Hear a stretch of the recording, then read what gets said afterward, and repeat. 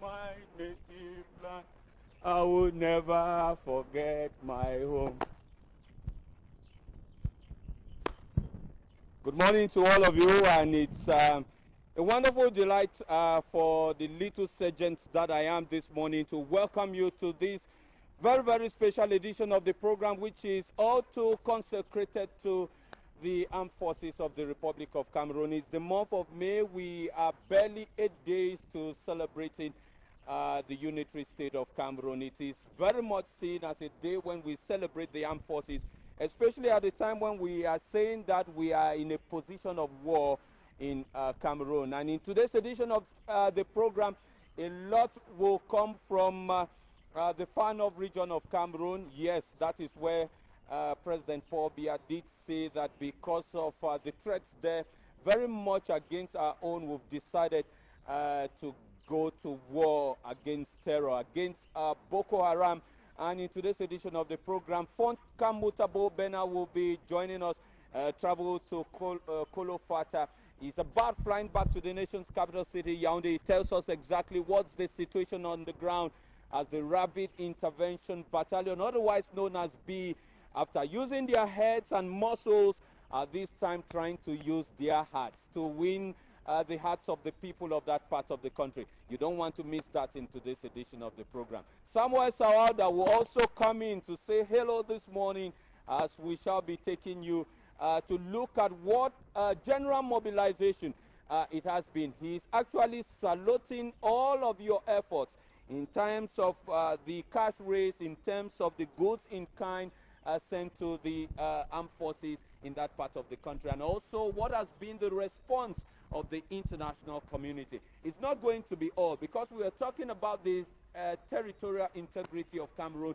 We shall also be taking you to talk about the realities of the Bakassi Peninsula. You want to understand that Cameroon's Minister for Territorial Administration and Decentralization was in that part of the Republic of Cameroon. And so we're going to find out as Henry McCullough will be joining us live from the headquarters of the Southwest region. That's in Boya. He's on standby at the governor's office. We want every information pertaining to that. And because we also have threats in the east region of Cameroon, we are being told that witch doctors have also been praying and imploring especially the ancestors to be able to help fatherland Cameroon. What else do you want me to say, if not say that every Cameroonian, because of the threats we're having, is beginning to feel even more Cameroonian, as we begin to say, we were all born Cameroonian, we shall die Cameroonian. And that's why all of us, we just feel like we are soldiers, right? And that's what our reflection this morning is going to say. We are all soldiers, okay?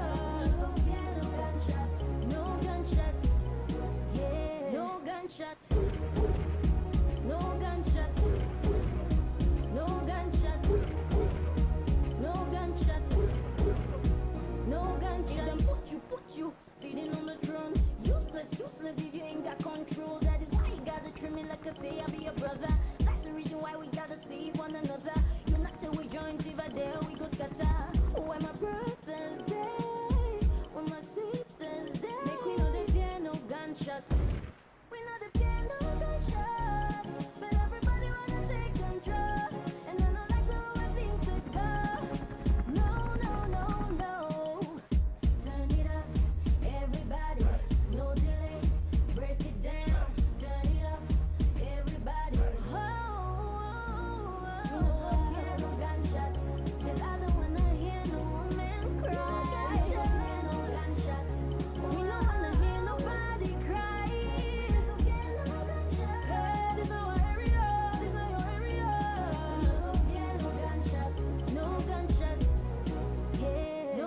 gunshot.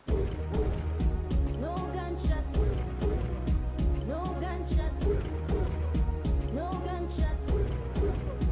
No gunshot.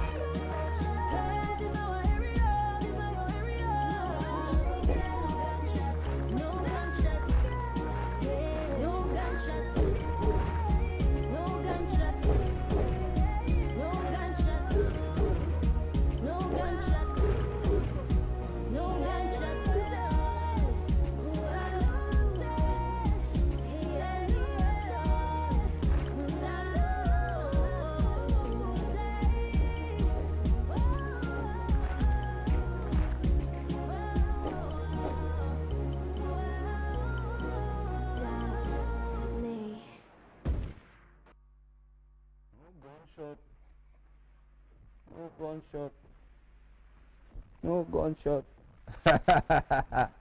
That's it. Left, right, left, right, left, right, left, right, left, right, left, right, left, right. Huh? so it happens. You understand? To the soldier, the flag, the respect of the flag. It's a condition sine qua non to become a great soldier. We look at the national flag to be that symbol. Yes, we say green represents evergreen vegetation. We say the red represents the sacrifices made for the independence of the Republic of Cameroon, and that the yellow represents the hope for a better future, and that the flag represents the one and indivisible Cameroon.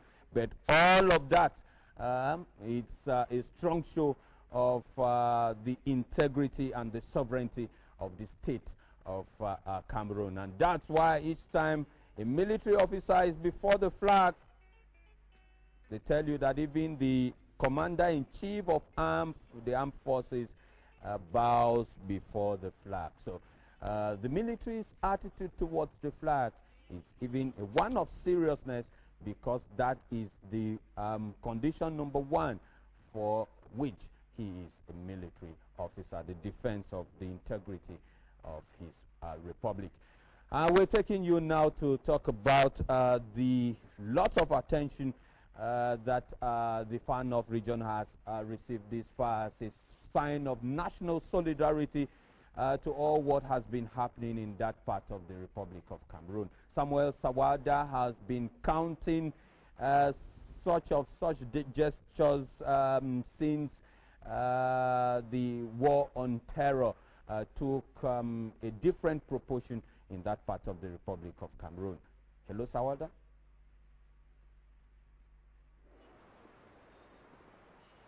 The Far North region, with over 3.5 million inhabitants, is the second most populated region in Cameroon after the Central region. It is located between Chad in the east and Nigeria in the west, and covers a surface area of about 32,000 square kilometers. If in the east, the Logan River serves as natural boundaries between Cameroon and Chad, there is no such material border in the west. Amidst hills, mountains, and immense plains, the western borderline covers a distance of about 400 kilometers. It borders on the federated states of Adamawa and Borno, two of the three states in Nigeria, from where the Boko Haram sect originated, where it is causing havoc, and where it has built a powerful stronghold. Today, a good portion of that Nigerian territory is considered as Boko Haram land, with the sect's laws reigning supreme. And it is from that land that militants of the sect, armed to the teeth, staged their first raid on the locality of Dabanga in the Logon-Shari division some 2 years ago, during which they kidnapped 7 French expatriates. The joy that followed the successful liberation of the 7, which was acclaimed in diplomatic and political circles across the world, was short-lived, as the militants a few weeks later abducted a foreign missionary from his village parish at NJIE. This was followed by several other attacks which all knew happy ends. But the Boko Haram insurgency in the far north knew another dimension when the militants began killing. The fact that Boko Haram is positioned in the northeastern part of Nigeria, which is close to the border with Cameroon, give them the opportunity to cross the border, because in the other side of the border, and especially in the far north region of Cameroon, they have the possibility to take their provisions, ammunition, weapons coming from other areas. Today in Minawawo near Mokolo, there are estimated to be close to 40,000 Nigerian refugees who have fled horror in their country. They are being taken care of by UN agencies. We have decided with the new grant we get to extend our activities out of the camp.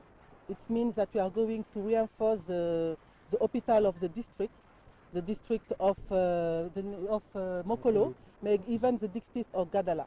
I think that the community, the host community will benefit of our presence here. Are very serious about making sure that we will be more responsive than ever. It was also important actually to scale up our presence with more people here in Marwa, but definitely it's closer than Yaoundé, as you can imagine. But also to bring new development agencies such as UNESCO, such as UNDP, such as ILO and others, because we need also to work on the early recovery. The early recovery of the economy here, and you know that the security situation, unfortunately, is really having a huge impact on the economy, but also in terms of social cohesion. Besides the UN, officials from Cameroon and elsewhere have come to their assistance. The aim of this gesture is to mark our solidarity with all these Africans who suffer because of war, of terrorism, and so on. We want to support our army, to say them that they have to preserve our peace, because when you see this camp of refugees, you know that the peace is not negotiable. They have been obliged to be here, but we are sure that we take the hand. Our governments, our administration, all are working together, hands in hands, to bring the end to the war and to create the condition of harmony in our sub-region. We know that at the beginning of the independence we had problems. For instance, Nigeria had problems. There was the tentative of separation, but the Cameroon helped Nigeria not to be separated. I've gone around, talked to the people.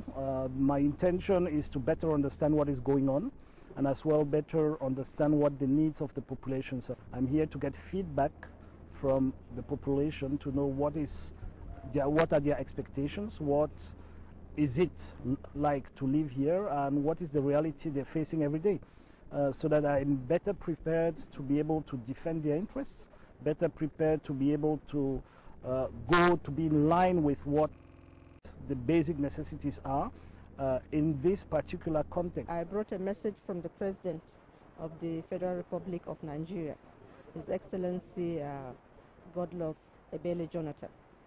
And the message is very simple. He says I should come and tell them that he knows that they are here.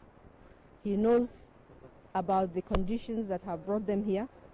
He has not abandoned them, and that he is very grateful to the government of Cameroon and to the United Nations for providing succor for them, and to give them assurance that the Nigerian government is doing everything that is possible to bring to an end this crisis, this senseless killing, and this terrorism and insurgency that is in our country.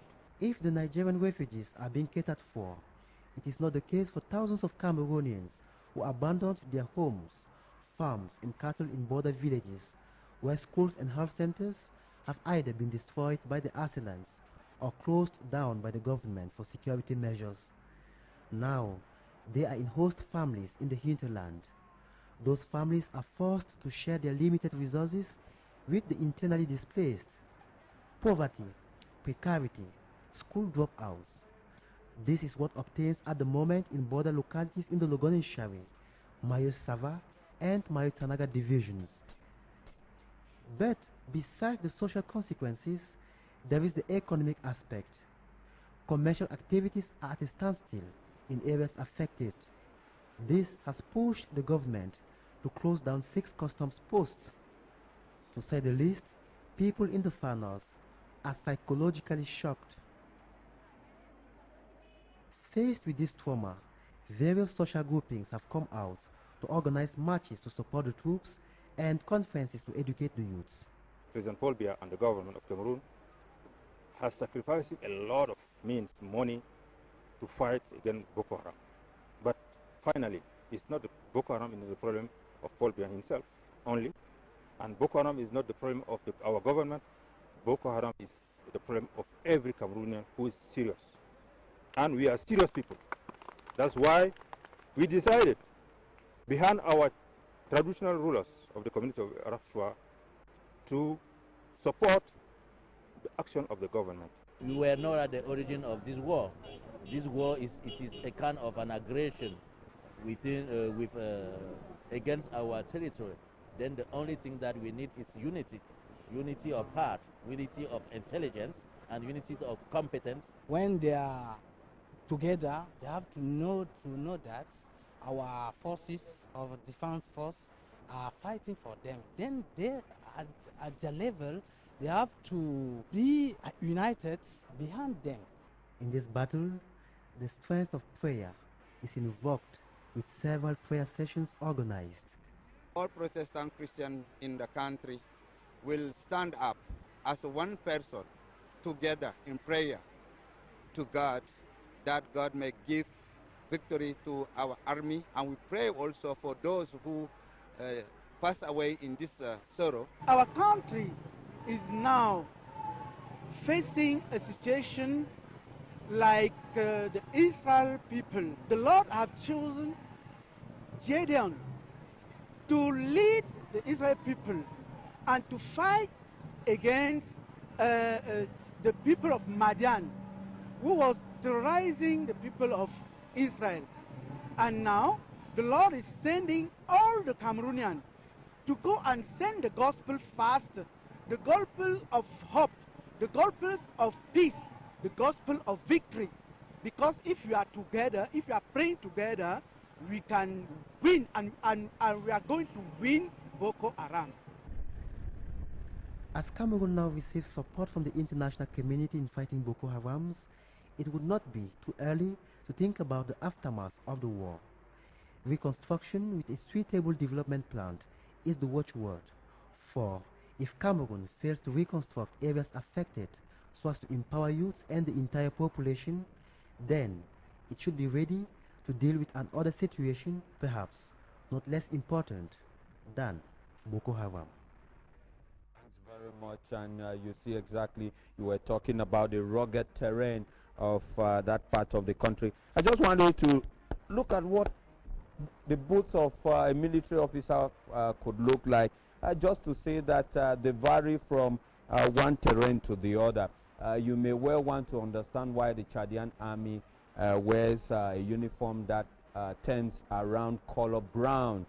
You understand, they serving as a camouflage to the Sahelian nature of the Republic of Chad. We have more of green because a lot of our republic spans on green vegetation, and the army is just a reflection of the nation. And then the Rangers. The Rangers, you saw from Sawada's report just how the terrain of that part of the country is, right? So you need boats that can serve the purpose of going past rough and rugged terrain. Thanks very much. A very, very comprehensive report of Samuel Sawada there on the nationwide mobilization towards the protection of our national sovereignty. As if to say that when it's the nation, there is no political party, there is no tribe, there is no big or small Cameroonian. You saw all of them there in that nationwide mobilization. I'll take a couple of your reactions before I continue. This one from Nebambong Alex Che. You say this has proven that despite the peaceful nature of a country, it doesn't mean that people should play with the carcass of a lion. You say, I'm proud of the Cameroon army because they have proven their worth. That's Alex writing to us from Moyoka. Charlotte Bronte, you say, my perception of the army has changed, and with the talking point this morning is, has the war on terror changed your perception towards the army and towards the nation? This one, Charlotte Bronte, who says, my perception of the army has changed because I knew they were ready to defend this beautiful color when need be. But some Cameroonians have politicized the whole aid issue to the army and population affected. That's not good. That's your own reaction. Good morning, Come Bless. You are saying the war against terror has made us awake and update our defense force and has made my love for this nation increase, since it is now that I need to show my love for the nation. Permit me greet lovely parents in Kumbo. Okay, good morning to you. This one from Terence Ndi. He's a regular man now to the show, writing to us from Bamising in Dub. He said, I think that our soldiers have proven to be a strong arm for the nation, that they are able and capable to withstand any battle caused by the Islamic sect Boko Haram, normally known as Boko Haram. That's it. Out there as a real patriotic citizens of the country, and many techniques and strategies have made us capture the Islamic group, thanks to the soldiers. And it reminds us of what President Biya said, "Ce n'est pas quand même Boko Haram qui va nous dépasser." That was his reaction in an interview to CRTV Shaun Dongo at the Simalen International Airport. You do remember. So you keep your reactions coming. We shall be here to have them read in the course of this program.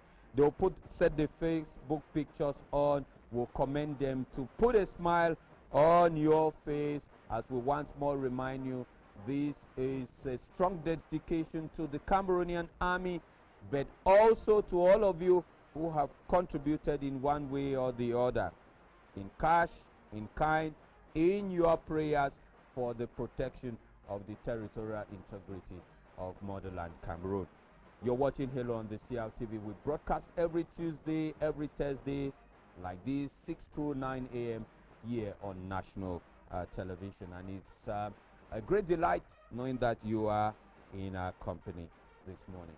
Okay, let's go now to our Facebook pics, and it's lots of pictures drafted from your Facebook collection. This is what every woman will want to go through, right? Is this possible? Is this possible? That might have to enter a Guinness Book of Records someday. She said no. Oh, Mother's Love. You know, we celebrated Mother's Day, and look at just how baby is enjoying. Okay, that is Mama's love. And you see, sometimes we get so nostalgic about breast milk, so much so that, is this child nostalgic about the past or preparing for the future? Okay, they say the ring. It's another way of you actually putting a handcuff to yourself. That's why they say choose your partner very well, choose your prison mate carefully. Very important. Okay, good question to the husband. How come you are not buying me any expensive jewelry anymore? And the husband replies, have you ever seen a fisherman still giving worms to a fish already caught? Okay. They are always murdered by attitude, behavior, ego, hidden benefits, or ignorance. just want you to appreciate this one on your own.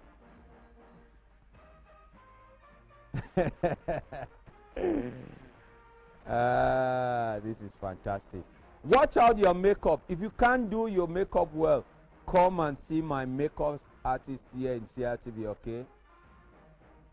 Wedding girls. Wedding girls. What a makeup. What a makeup. Okay. Read this. Read this.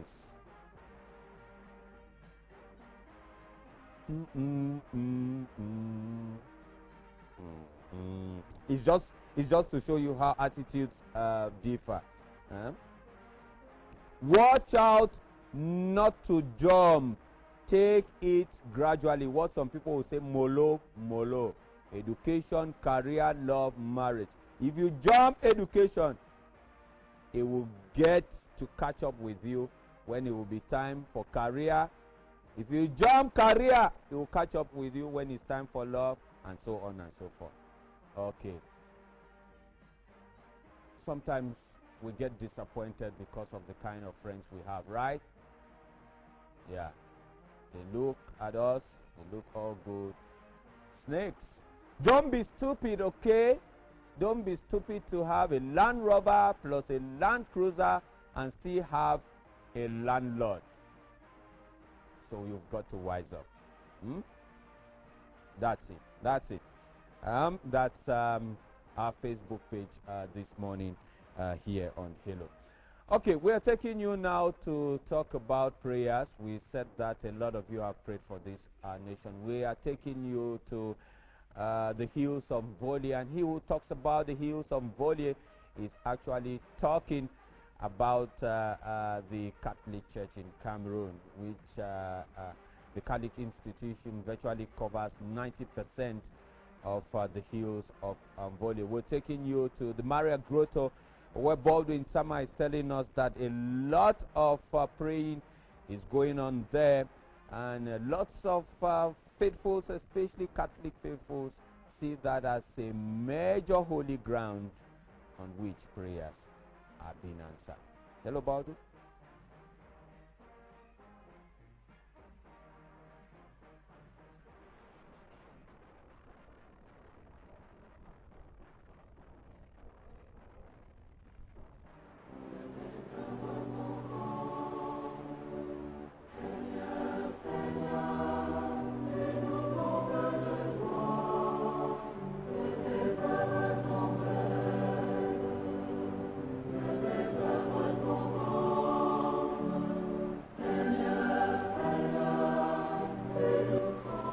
In this quiet and discreet neighborhood of Mbonde is found a unique and inspiring Holy Mary Grotto at the Minor Basilica here in Mbonde. This grotto, we are told, has been existing for well over 50 years and happens to be an important attractive point for religious pilgrimages. It's a place of pilgrimages because actually the Basilica has a lot of places where people can come and pray, meditate, and have a closer time with God. And the grotto is one of these places. And we can see that almost every day there are people there in the grotto. So I think it's a place we can really advise people to come most of the time. Catholic Christians from far and near, we are told, come here on a daily basis to pray, meditate, and to spend some time with the Holy Virgin Mary, whom they believe would provide the necessary solutions to their different problems.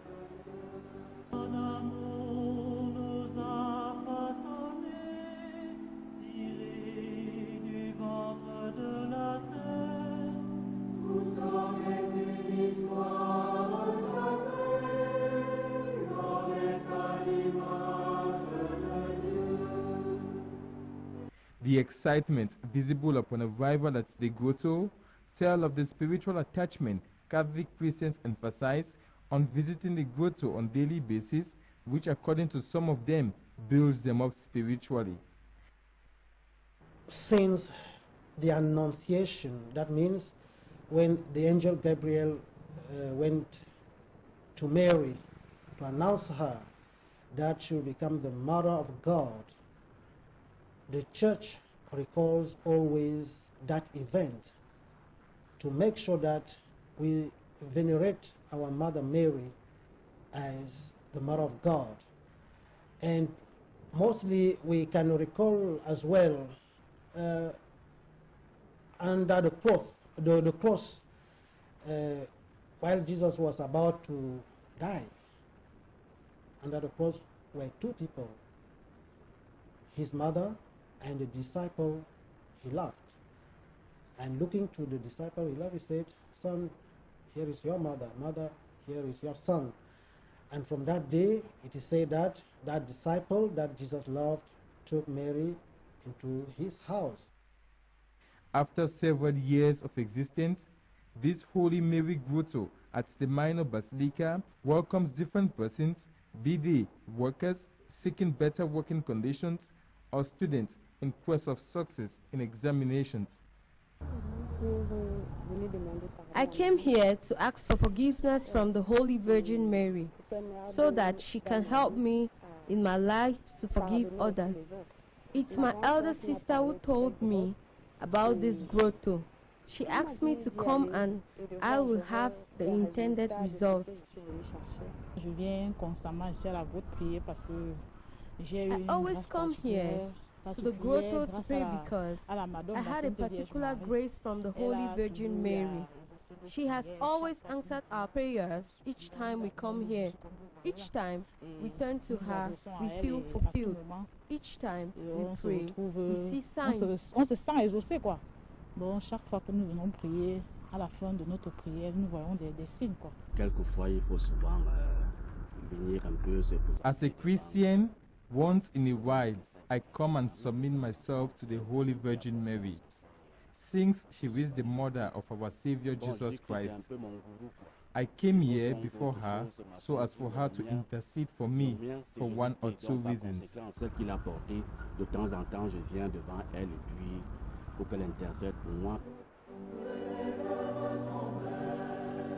People come here to pray before the grotto night and day throughout the year with candles that are lit for particular reasons.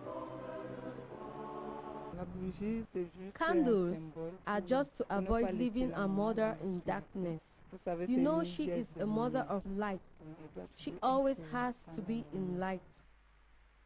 Although considered to be a holy place, even the mentally deranged come here to find solace, coupled with some others who just come here to disturb. Reasons why Catholic authorities usually advise Christians for security reasons to avoid staying here till about 6 p.m. For most, coming to the grotto to pray has really helped solve some of their problems. The first time I really devoted myself, I used to come here 3 times per week. Each time I was free, be it early in the morning or during the day. For example, I got married to a Belgian. Before I used to pray, since it's not easy to find a husband these days as they lie to women. When I decided to live my life in Christ, I prayed with the rosary. I spent 3 years without a boyfriend. To my greatest surprise, one day I found my husband. He came and married me. I started smoking at the age of 13. I am 55 years old today. I started smoking when I was in Form 1. It's prayers that helped me to stop smoking. I used all modus operandi, that is to say, Crtv practitioners, hospitals, and nothing worked. Honestly, it is prayers that made me to stop smoking. You see my height today, I am 1.87 meters tall. I used to weigh 66 kilograms, which was not at all normal.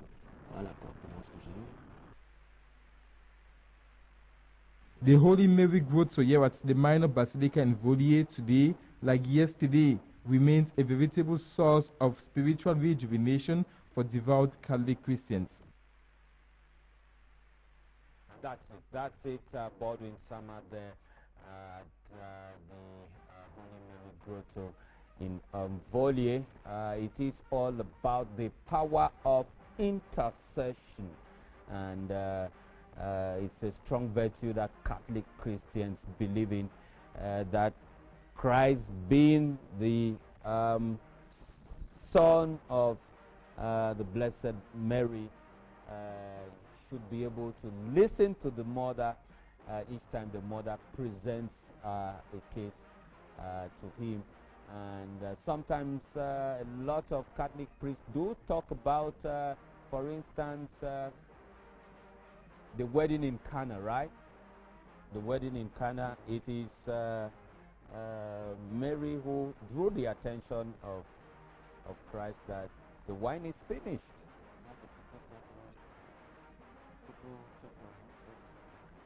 Yeah.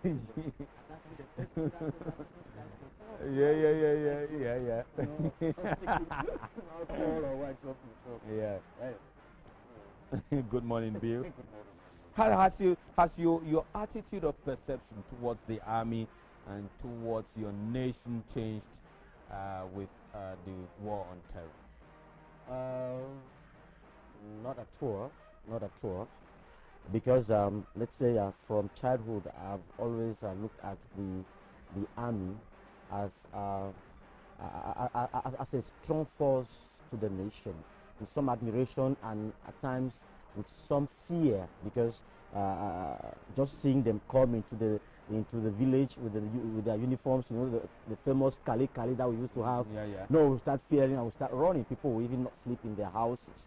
But at the end of the day, we got to understand that these are people who are out to defend us. So my attitude towards the army with the war on terror has instead, you know, drifted or been more attached to my admiration and my conviction that the army is there as the arm of, that's the arm I'm talking about, as the bullet that is there to watch. We are watchdogs of society, but they are watchdogs of the nation. That's what I'm talking about. They are watchdogs of the nation. It means that they are there for protection. So whatever decision that comes, that's why in them they say in the military there's no democracy.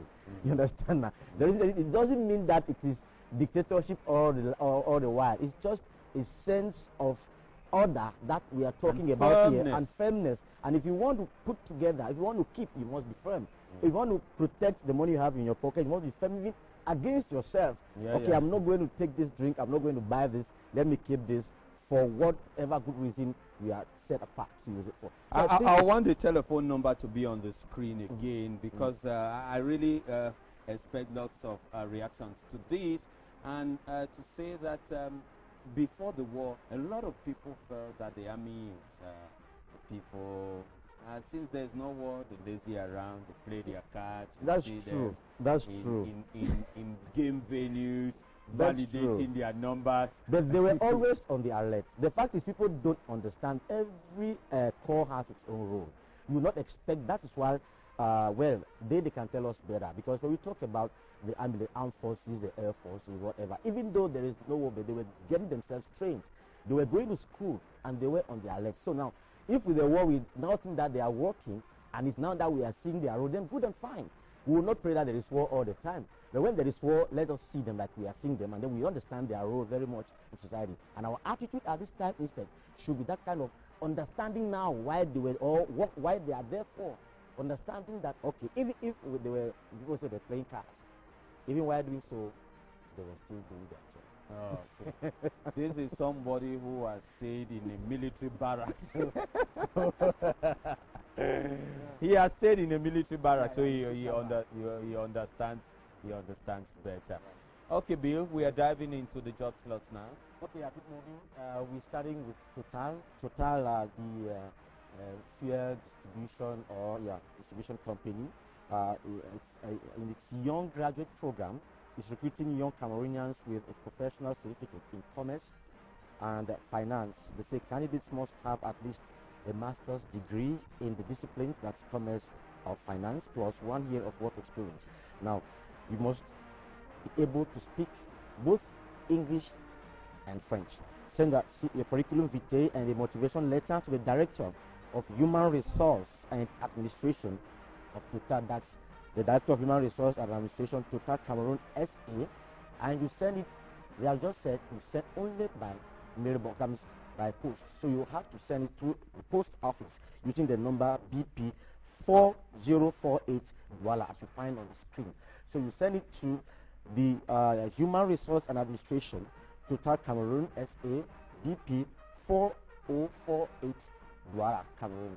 So you do that, then you drop your application, say curriculum vitae motivation letter. I must have had an advanced university degree, let's say at least a master's in finance or commerce. So that goes beyond just pumping foil. Yeah, no, yeah, they are not looking for pumping steel. They are looking for people who carry out administrative work, and they say you must be ready to travel out of the country. So now from there we go to the United Nations High Commission for Refugees. That's needing a human resource officer here in Yaoundé. They say applicants must have a university degree in human resource management, administration law, or in a similar domain, plus 8 years of experience for those who have just a first degree, and 6 years of experience for those who have masters. Now, if I you can imagine how much it is worth. yeah. And you At least it's going to go beyond $1.5 million. It's going to go beyond that. So with your application procedure, you just go to Google, UNJobs/United Nations High Commission for Refugees, UNHCR/Human Resource Officer Yaoundé/apply. When you do that, the apply column is going to appear. Then you follow the procedures of application, which of course I say it's online. Deadline is the 25th of May. Now, still the United Nations High Commission for Refugees needs a field officer for its head office in Yaoundé. You know, the UNHCR is carrying a lot of activities in Central Africa, especially with the chaos and, of course, the eventual growth of the vulnerable population in that area. And so they want, since the coordination is in Yaoundé, they want a field officer who will be in Yaoundé, but to take care mostly of the program, like I've said, in Central Africa. So they need a field officer, and they say qualification here is university degree in management, personnel administration, political science, international relations, or economics. Management, administration, political science, international relations, or economics. So the must have at least the first degree. So if you have a first degree, you must have 8 years of experience to apply. If you have a master's, 6 years of experience to apply. The procedures are the same. United Nations, that's UNJobs/UNHCR/field officer Yaoundé. / again, you put apply or how to apply any of whatever you choose. It's going to come on, and then you follow the application procedure as you find on the web. Now we leave the UNHCR to go to IT Solutions in Yaoundé. That's needing 5 professional marketers. IT Solutions needs 5 professional marketers, and they say the salary here is 50,000 francs plus commission. Qualification here is a diploma or HND in marketing or commerce. You must speak either English or French. They did not say you must be bilingual, because I want to be precise here. They say you must be fluent either in English or in French, and it must master the computer. Now, the documents include a curriculum vitae on which you have to attach your passport size photograph, a short picture on your CV, the motivation letter, a handwritten application, and 1 passport size photograph. So here the photograph that you're sending is not attached to your CV. You attach one to your CV, then the other one is, you know, it's aloof. You just put it and then put it together in your application file. And they say the picture must be color. If you have all of that together, you have to call the number 233-788-589 as you find on the screen, or 649-916-0709. Or you send by mail to the email address solutionsit. That's solutionsit. Solutionsit, that's what I mean. 134, all of that in one word. Down there on the screen at gmail.com. Put these documents and then send by mail. That will be easier for you. Or you can call the numbers you find on the screen to get more information. Now, Protect Security, that's the management of Protect Security. It's informing the general public of an ongoing recruitment of 100 men and women into the private security guard service to work in Yaoundé and Douala. So with Protect Security, you're going to work as a private security guard in Yaoundé or in Douala. The application or applicants must be aged between 30 and 50 and must be taller than 1.70. That's from 1.70 meters above. That should be your height. And now, the application documents include a handwritten application addressed to the GM of Protect Security, photocopy of a national identity card, a localization plan situating where you live, either in Yaoundé or Douala, and of course, a copy of your highest diploma, including your certificates from school and a curriculum vitae. School certificates, highest diploma, photocopy of national identity card, handwritten application, localization plan, and your curriculum vitae. When you have all of that together, you will now have to follow the link that you will find. You have the numbers first of all: 222-311-418, 698-427-485. Take these two numbers. I got numbers for Yaoundé and Douala, but the numbers are more than 9 digits, so I'm not going to give those numbers. When you call these two numbers you find on the screen, they are going to give you the numbers of Douala, correct numbers that you can call if you're in Douala to drop your application. Or you can drop directly to the email address you find on the screen. That's protect_secure. Protect_secure. Secure is without an E at the end, at yahoo.com. So you send the documents that just listed to work as a private security guard to Protect Security, which of course is training and recruiting private security guards. Still, Protect Security needs 5 dog handlers and 2 drivers. Dog handlers are those who can handle dogs, as you get it from the description from the word, from the statement. Dog handlers 5, 2 drivers still for Protect Security. You follow the same link, the email address and the numbers you find on the screen to call and of course send your application. The management of a beauty salon in Mbonde in Yaoundé needs a qualified hairdresser who can do babyliss, brushing, coupe, tress, torsade, etc. So if you can do all of this, then you may just fit into that vacancy at Salon de Beauté, and that's at Mbonde here in Yaoundé. The salary is between 75,000 to 100,000 francs for the start. If you are interested, you just need to call management on 675-849-302, 675-849-302, or 679-877-959, 679-877-959. Now you still keep those numbers because the numbers are going to give you way, or are going to permit you to call for the next job, which of course is a professional cook and a house help. This same management of the salon is also recruiting in the house, not only at the salon. So you can cook very well and you can help the house very well. Then call those numbers. Being precise on delicacies. Well, African dishes, European, and of course starters, appetizers, and stuff. Yeah, salad. You chop, you drink palm wine. Okay, the salary is the same. The salary is between 50 and 100,000. So for the start, as a cook and as a house help. So you just need to call the numbers 675-849-302 or 679-779 679-77959. So they call these numbers. Thank God, look, Kadi for putting the numbers on screen, because since I spoke of Aero, I had the impression it started mixing the numbers. Okay, please call those numbers and then you can get the job. We wish you all good luck. You have more on of this on my Facebook page, BTT, at the end of the program. Thank you. Wish you good luck, and I sure hope you're going to come back to testify. People only call me. I won't go to come here. Don't just call me when I'm in the house. When you want the job. When you want the job. Yeah. Or that I have had the Some job. Some are called. Some are even telling me that now that I'm calling, I'm going there. I don't know how to speak French. What am I going to do? Yeah. Well, no problem. Others have had the job and they only call you on phone. I've had the job. Come and testify. That's what I'm saying. Even those who don't know how to speak French, you come and testify. You're going to see a miracle. I'm going to speak French. Yeah. I'm telling you. It is to rush to synagogue. You go. That is it. That come is it. You not come to Hello now and testify. Yeah, anyway, thanks. Good luck and check on Facebook. Okay, thanks very much, Bill. And just to remind or to inform our viewers that we shall be having Peter Resoka as our main guest in today's edition of the program. We will be talking about a lot has been said about journalism and communication in times of war being different from that in times of peace. I don't know what that entails when it is being said practically, what it means.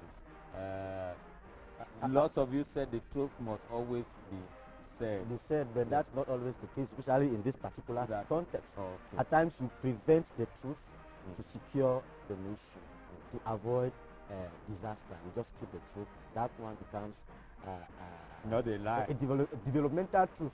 A developmental lie. Okay, developmental lie. Or a true lie. Yeah, a true lie. Lots of people called me the other day and said, don't mind that beauty. There is nothing like a true lie. Okay. But you there would mean that there are true lies. Yeah. If there are true lies, Thanks very much, Bill. Welcome, taking you now to the east region of Cameroon.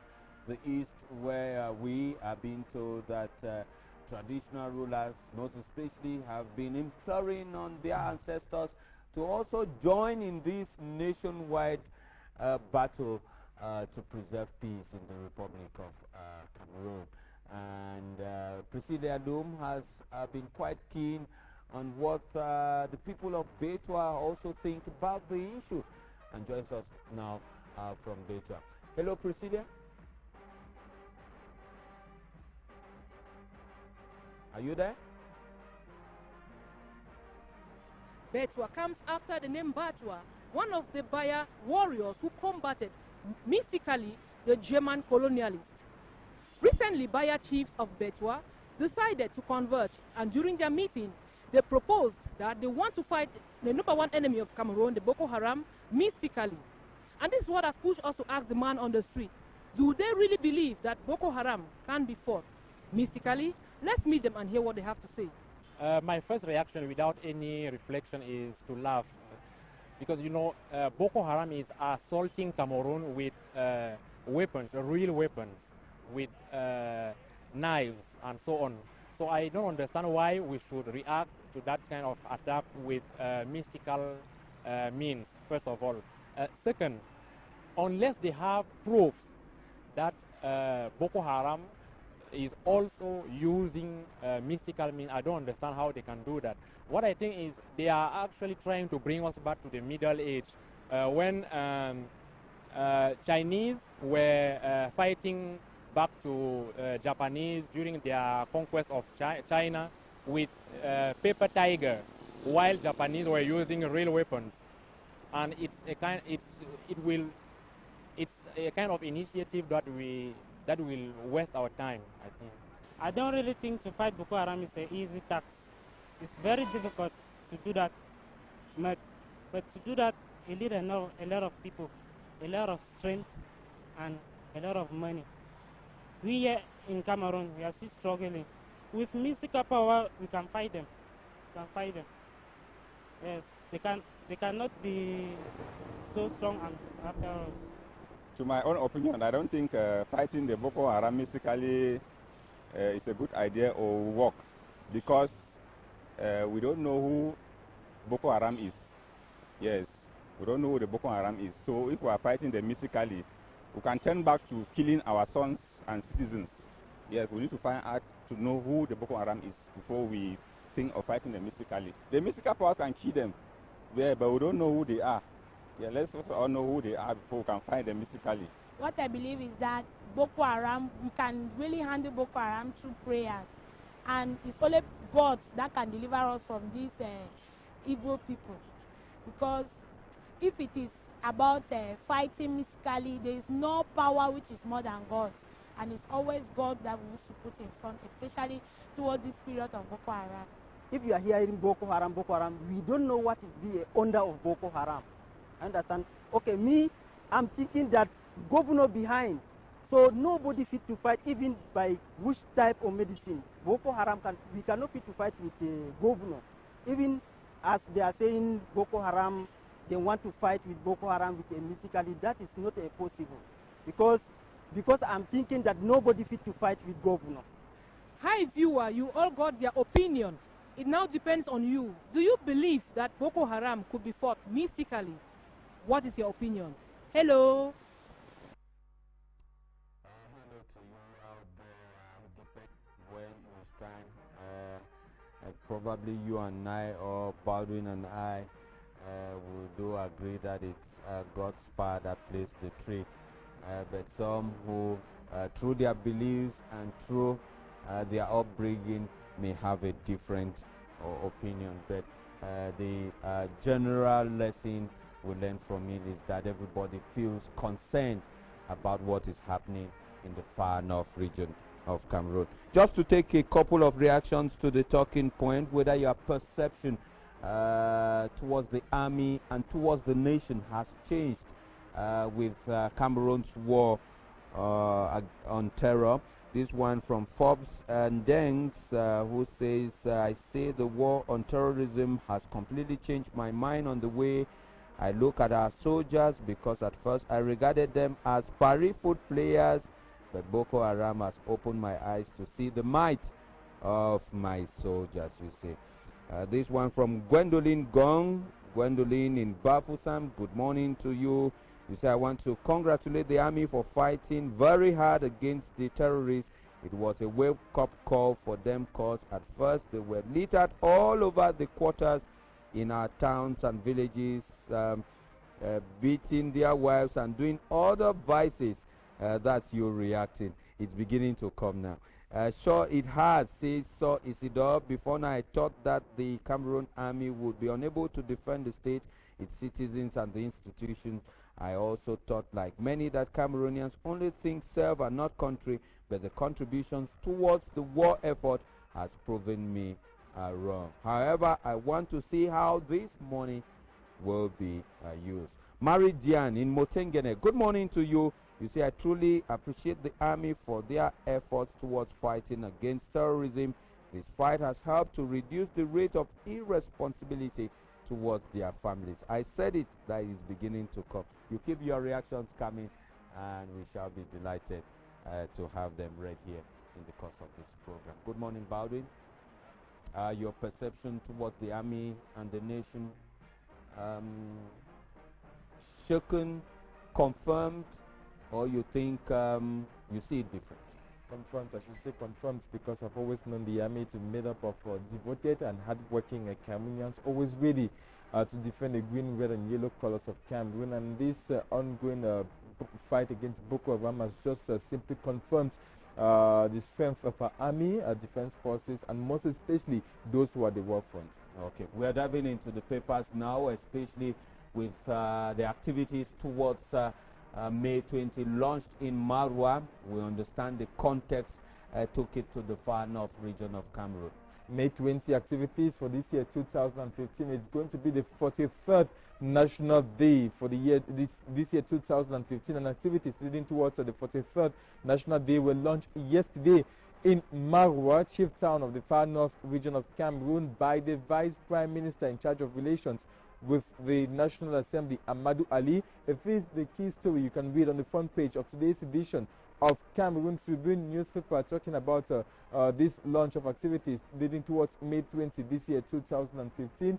And the paper talks about the choice of Marwa. Marwa happens to be this town where the population has suffered the negative effects of this persistent attack from this extremist sect group, called it Boko Haram, for 7 months now. That was yesterday in Marwa, in the far north region of Cameroon. We stay with this same paper this time to talk about the fight against epidemics in Cameroon. And talking about the fight against epidemics, the paper talks about this support from the United States of America. USA offers $8.8 billion to Cameroon. Cameroon will be assisted by the U.S. government with the sum of $8.8 billion as part of an initiative by the U.S. President Barack Obama to help in the health care and sanitation. The Prime Minister, Philemon Yang, yesterday chaired a ceremony to present the project to the public, talking about this fight against epidemics in Cameroon, the support from the United States of America. That you can read on page 3 of today's edition of our lone bilingual daily Cameroon Tribune newspaper. We leave that paper to talk about today's edition of Le Quotidien L'Économie, that takes us to talk about insecurity. Because of insecurity in Cameroon, some projects cannot be completed in Cameroon because of insecurity. It talks about the Mora Dabanga road in the far north region of Cameroon, and likewise some dikes to be constructed over there in the far north region of Cameroon. They are not yet done with such projects because of insecurity. And some members of this multi-partnership committee, who happen to be some experts, security experts, are proposing to the government to make use of the military in order to help solve some of these security problems that may pave the way for the eventual completion of these projects in the far north region of Cameroon. That you can read in today's edition of Le Quotidien L'Économie. We talk about today's edition of Mutation newspaper. On its front page, it has this story talking about the fight against corruption in Cameroon, and talking about the fight against corruption in Cameroon. It talks about the US's reaction to money that was meant for the organization of the Pope's visits to Cameroon in 2009. This edition of Mutation newspaper has this report by the State Department of the United States of America, making their own point of view known with regards to money disbursed, most especially for communication, the last visit of the Pope to Cameroon in the year 2009, and also talks about the role played by Amadou Ali in that year 2009 and Mbonde Sambon. And the U.S. Through the State Department throws more light on what they think is the situation of corruption in Cameroon, what Cameroon has done and what Cameroon is doing so far to fight against corruption. That you can read in today's edition of Mutation newspaper. Le Soir newspaper, the latest edition of Le Soir newspaper, takes us to talk about succession in Cameroon. Who succeeds President Paul Biya? Is Philemon Yang a candidate? That is a major question that the paper is asking. Is Philemon Yang a candidate to succeed President Paul Biya? Ever since the President Paul Biya's address to the nation on the 31st of December 2013, the paper tells us that the behavior of the Prime Minister, the paper alleges that the behavior of the Prime Minister has changed since the head of state addressed to the nation on the 31st of December 2013. He now uses every single opportunity to make his presence felt amongst his peers, to remind them that he is available, and does not avoid taking part in any meeting bringing together elites from the northwest region of Cameroon, to confirm his presence and to make known that he is quite present and available. So says this edition of the Soir, that is wondering aloud if he happens to be a candidate with regards to when you talk about succession in Cameroon after Paul Biya. That you can read in this edition of Le Soir newspaper. The Post, we now dive into a series of stories published in almost all English language newspapers, talking about this all Anglophone lawyers conference that took place in Bamenda last weekend, bringing together close to 700 lawyers in Cameroon. In this, we begin with the Post newspaper. On the front page of the paper, Monday's edition of the Post newspaper, Anglophone lawyers in quotes Read Riot Act. It talks about some of the key recommendations from these common law lawyers at the end of their conference in Bamenda last weekend, talking about how to restore a two-state federation in Cameroon, how to halt discriminatory amendment of constitution in Cameroon, and to convene a constitutional conference in the days ahead, and to restore the independence of the judiciary and stop adulterating English educational subsystem in Cameroon. And they are given 6 months for the governments to comply, or else. That is what you can read in the Post newspaper, talking about some of the key recommendations at the end of this all Anglophone lawyers conference that took place in Bamenda. If it's a similar story, you should read in this week's edition of Even newspaper, talking about this all Anglophone lawyers conference that took place last weekend. Return to federation or else. These close to 700 English-speaking lawyers, common law lawyers, took part in that conference in Bamenda, advocating that there should be this return to federation where the common law and civil law could be practiced in Cameroon independently. The two different systems could be practiced independently, and they have given 6 months to the government of Cameroon to comply, or else they have not said what would be the next step so far, but they have given 6 months to the government of Cameroon to comply.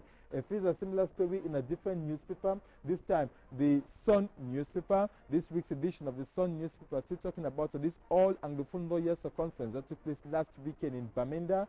Anglophone marginalization, lawyers demand two-state federation. The Sun newspaper reminds us that they have called for an immediate halt in the ongoing harmonization of the judicial systems in Cameroon, and they have given 6 months to the government of Cameroon to comply as per their recommendations at the end of this conference in Bamenda. If not, that you can read in the Sun newspaper. The media newspaper follows suit ahead of a May 20 commemoration. Anglophone lawyers advocates return to two-state federation, and they are urging Biya to react within 6 months. That you can read in the media newspaper for this week. The Guardian Post newspaper Monday's edition talks about some other points highlighted by these common law lawyers at the end of their conference in Bamenda last weekend, saying that despite the influx of security men, the Guardian Post says that despite the influx of security men, Anglophone lawyers demand return to federalism. There was this influx of security men to ensure that there was peace and serenity in Bamenda before, during, and after this all Anglophone lawyers conference that took place in Bamenda. The lawyers resolved to champion move against Anglophone marginalization, and that they say occupation of Anglophone territory by La République is illegal, and they have given the government of Cameroon 6 months on the 6-month ultimatum for them to comply as per their recommendations. If not, they are going to take a different step. These are just a few of the stories that do highlight our newspapers this morning. Thank you very much, Baldwin Sama. You're welcome. We have lots of newspapers, especially French-speaking papers, very much talking about the way the Prime Minister's office is being run. Don't know why at this point in time, but a lot is being said, especially with recent decisions taken, especially pertaining to the Ministries of Culture and the Ministry of Agriculture and Rural Development. There's a lot of talk even going on between the Prime Minister and his Secretary General is actually running or coordinating the activities of the Star Building. So those are stories that will continue to run in the papers. The May 20th celebration, English papers also talking about the ongoing demolition of certain structures which the Boya Council think are not supposed to be there, illegal.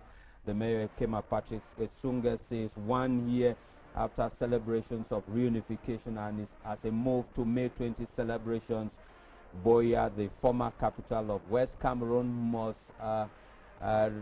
look fit, must have the colors of a town that should host May 20 celebrations out there. Those are stories we'll keep monitoring and we'll bring to you in the papers. Thanks very much, and great commitment from Baldwin Sama this morning. Thanks very much. You're welcome, Albert. We extend our condolences to you.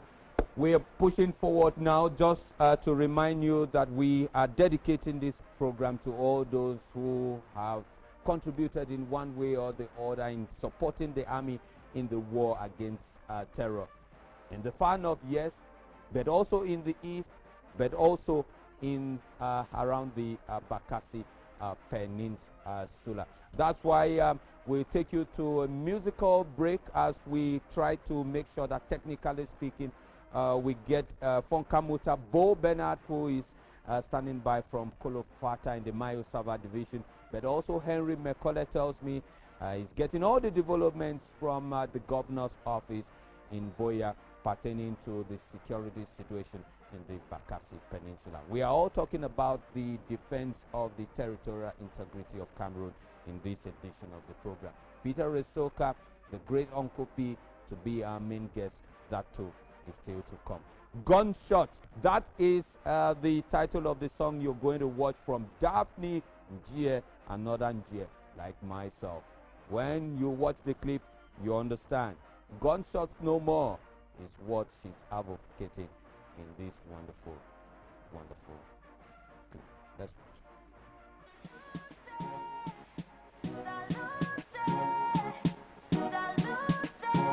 Daphne, my brother no be like. Look inside the mirror, you know, go see what in my eyes they see. So give a head to a fellow man, that's so it's supposed to be. Cause it's all about the love we share. So make we know they fear no gunshot.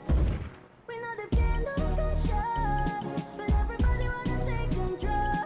And I don't like the way things are go. No, no, no, no. Turn it up, everybody, no delay.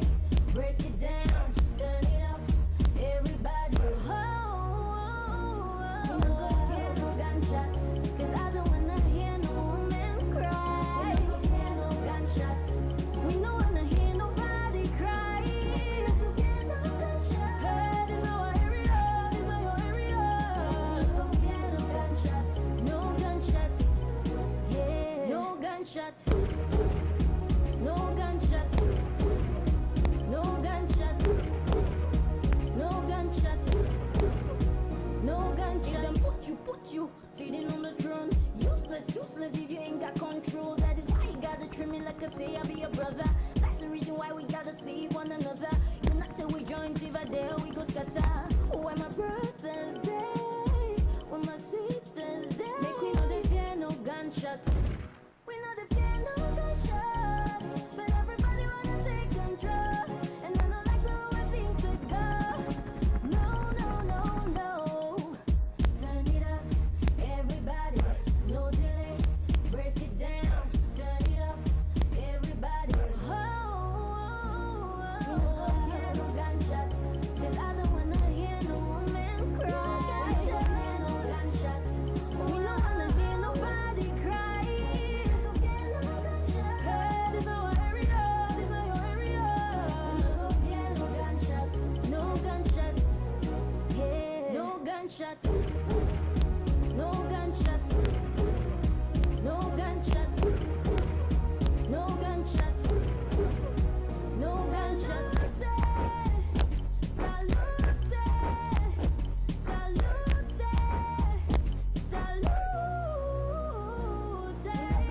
No gunshots. 'Cause I don't wanna hear no woman cry. No gunshots. We don't wanna hear nobody cry. This is our area. This is your area. No gunshots. Yeah. No gunshots. No gunshots. No gunshots. No gunshots. No gunshots.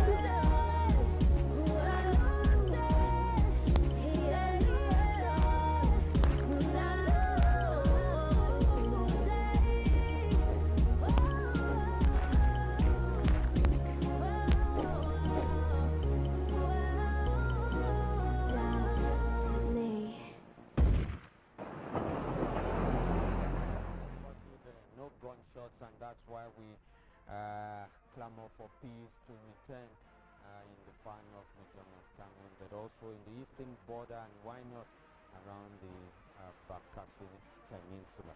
Come on, Mr. Bauer tells me that I should. Huh?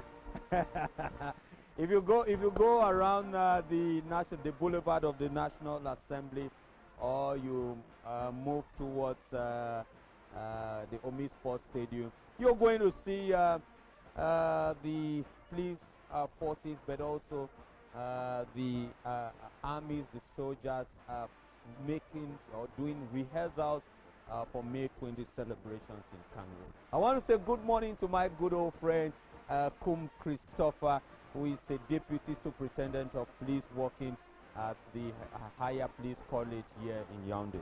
I saw him marching yesterday, and I told myself, I said, yes, oh yes, that's a true military officer. He told me, Mr. NJIE, this is one of the most memorable moments for a military officer, having to march past in front of Mr. President. And since I am not qualified to march before Mr. President on May 20, yes, President Paul Biya in front of me, so I've got to march.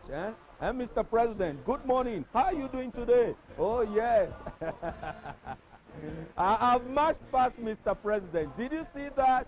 Oh, la la.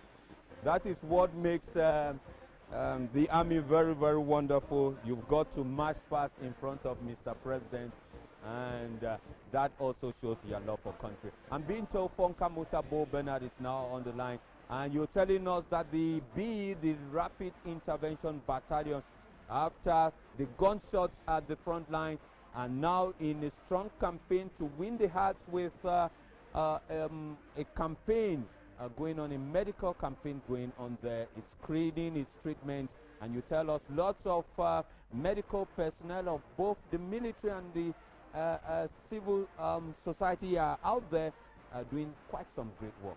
Hello, Fonka. Albert, we are in Kolofata in Mayo Sava subdivision, and I want to take advantage to extend the greetings of all Cameroonians who live here on this border locality with Nigeria. We're here because a special health campaign has been organized by the Rapid Intervention Battalion, the elite force of the Cameroon Army. It's a 2-day campaign basically, and they have experts from the military and also from civilian health services who have come here to offer services in general medicine, in pediatrics, in gynecology, as well as in ophthalmology. Because the people who live along most of these border territories either have no hospitals or have hospitals that are understaffed.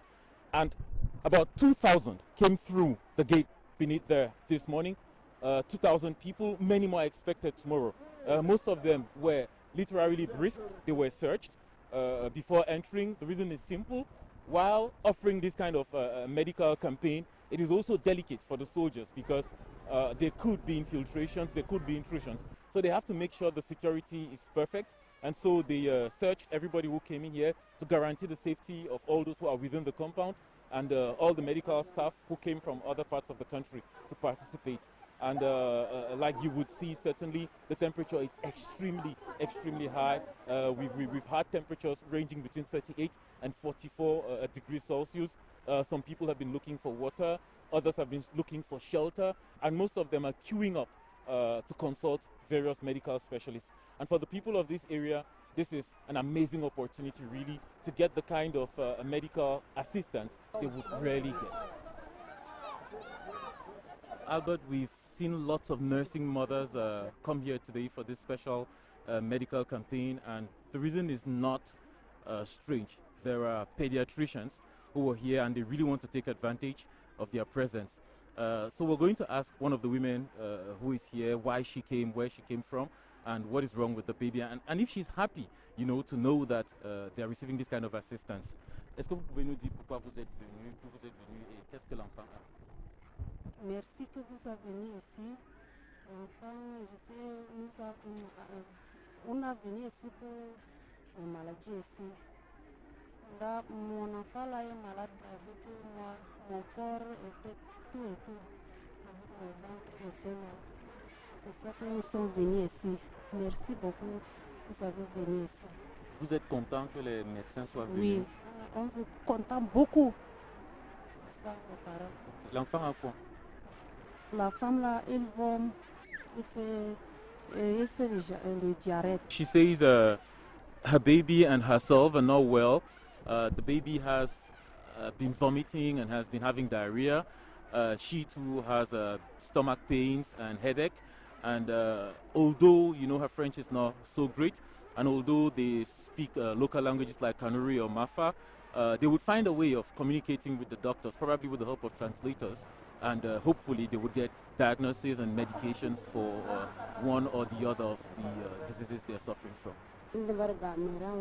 She came from very far. The village she's coming from is somewhere here in Kolofata subdivision. But she doesn't know how many kilometers the village is situated from Kolofata, but it's far.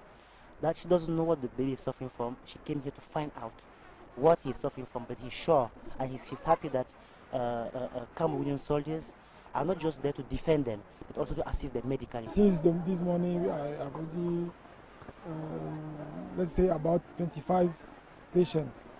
Most of them, you know, even during a period of war, women still became pregnant and still delivery. So most of their problems are linked with delivery complication. You know, since there were no doctors around, most of them deliver indoors. So most of them have infections. So most of patients I have consulted since this morning. Most of them have infection of genital organs. Especially as a specialist, especially in gynecology, we know that most of the victims are women, and for me it was as our own contribution as specialists and to the health of the women of Kolofata who who had so many problems. Albert, we hope you and all Hello viewers this morning actually did enjoy our unique small tour of what I'll call a special medical campaign, because for most of the security men here, or even the medical staff, balancing between security and actually providing health care is the main challenge of this exercise.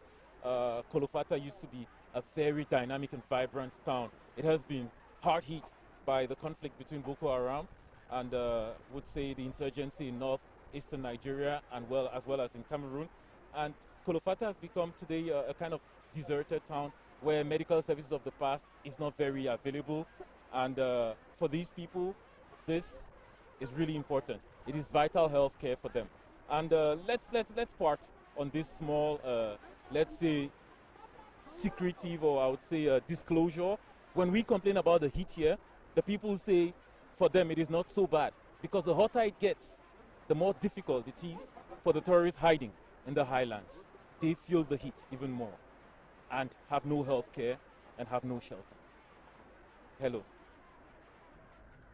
Fonkamutabo Bernard, who will be rushing back by helicopter from Kolofata to Marwa Salak by flight back to Yaoundé, catch up with other duties here on national television, already having the reflexes of a military officer. You could see the army there meandering through the population to make sure that all is well as far as their security is concerned. It's also a campaign to win the hearts of that population.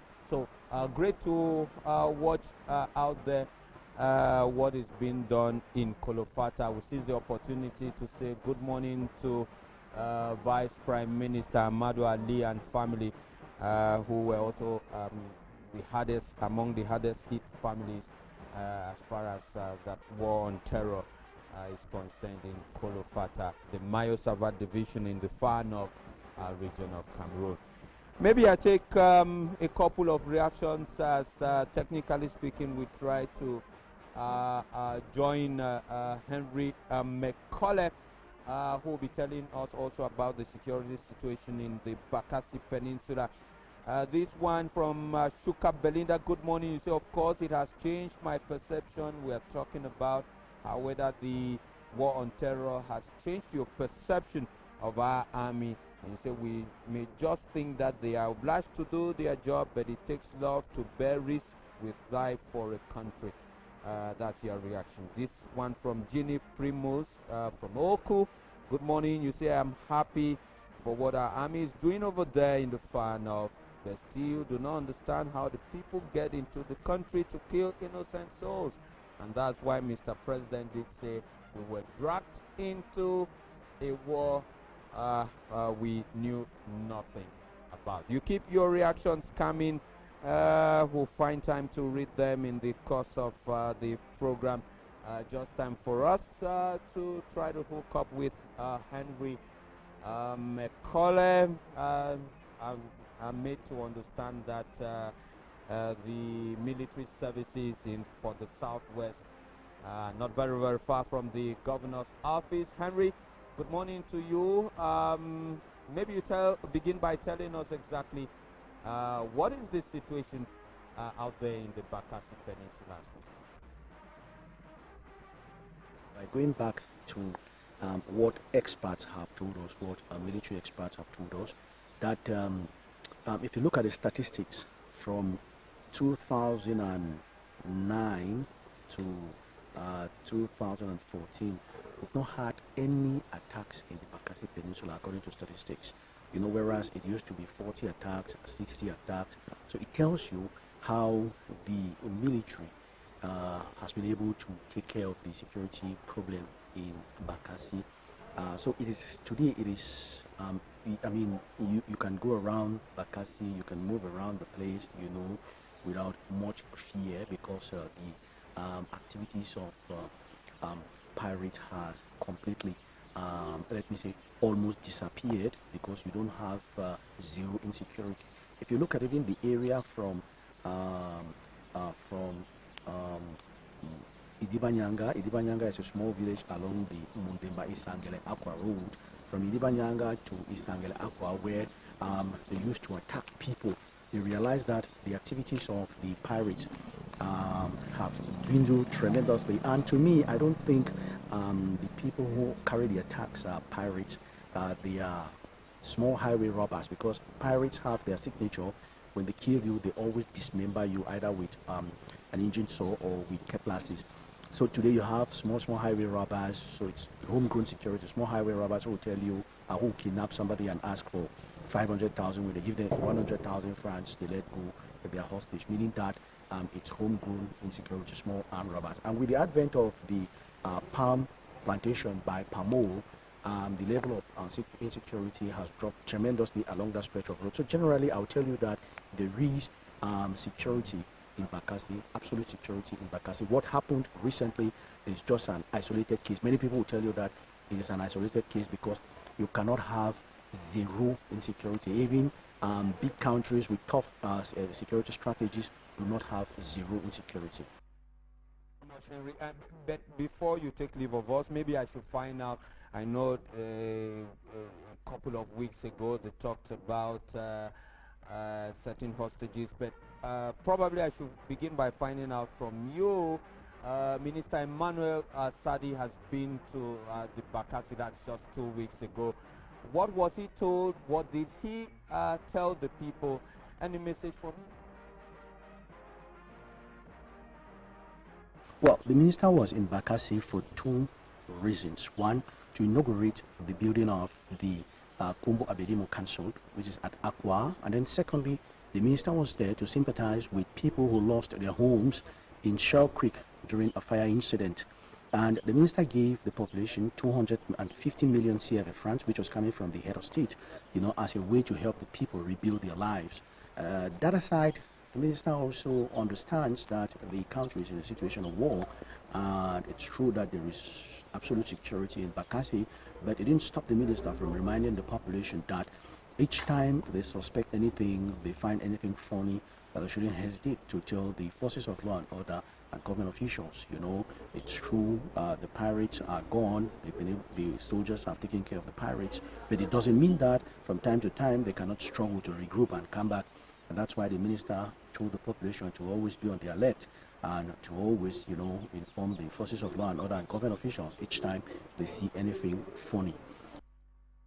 Okay, Henry, thanks very much for that.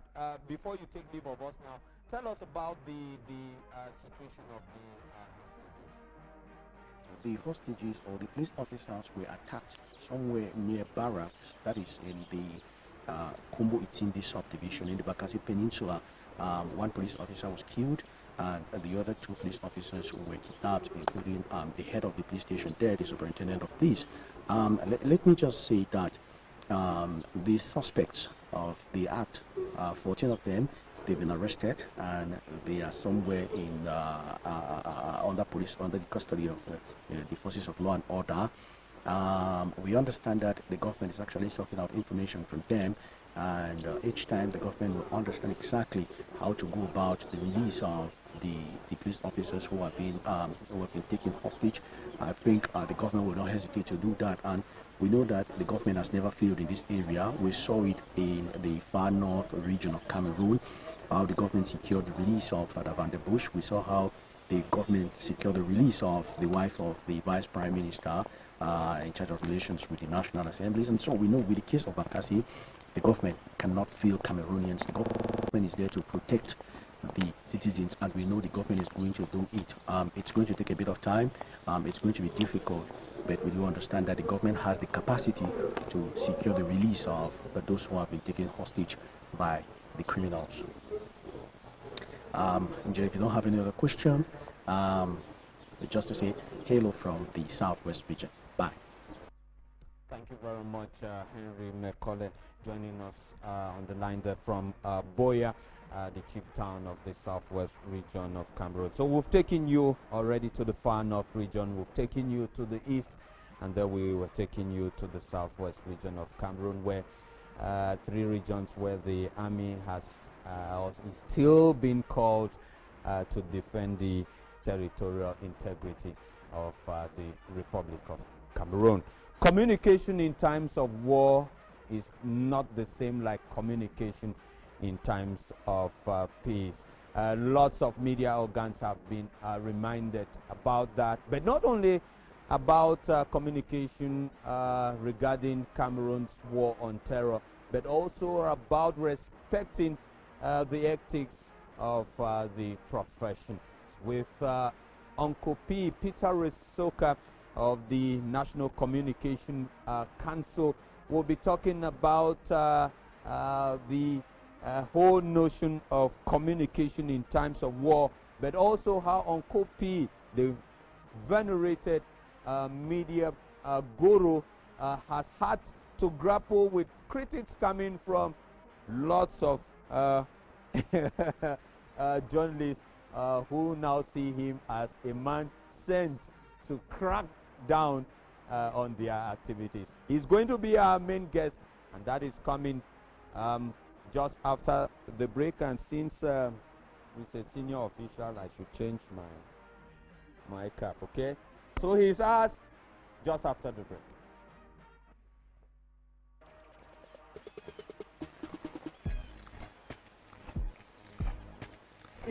You encourage, or if he is already producing, you ask government which you are representing to recognize his efforts with a medal. We want to make sure that competent persons are working and that competent services are delivered and that the skills are there and you are enjoying your meeting. Communication is perfect and you're not going to have issues of miscommunication that may lead to a third world war. And it's best because we were fire above our cap will not even get place for even hang with the hang for corner. Then a lawyer, a guest store, nurse, a leave doctor, not patient where you cure him hospital, not cure him. You can't also then we. God will make a way where there seems to be no way. He works in ways we cannot see. He will make a way. He will make a way.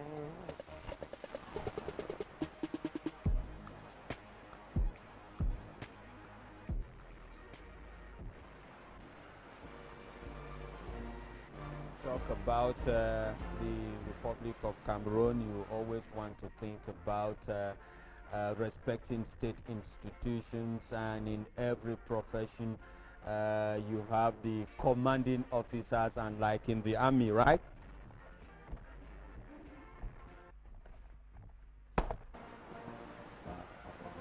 Uncle P, good morning and you're welcome to join us on the CRTV. My name is Albert Mbonde, matricle number 928 on the CRTV. Please do have a seat.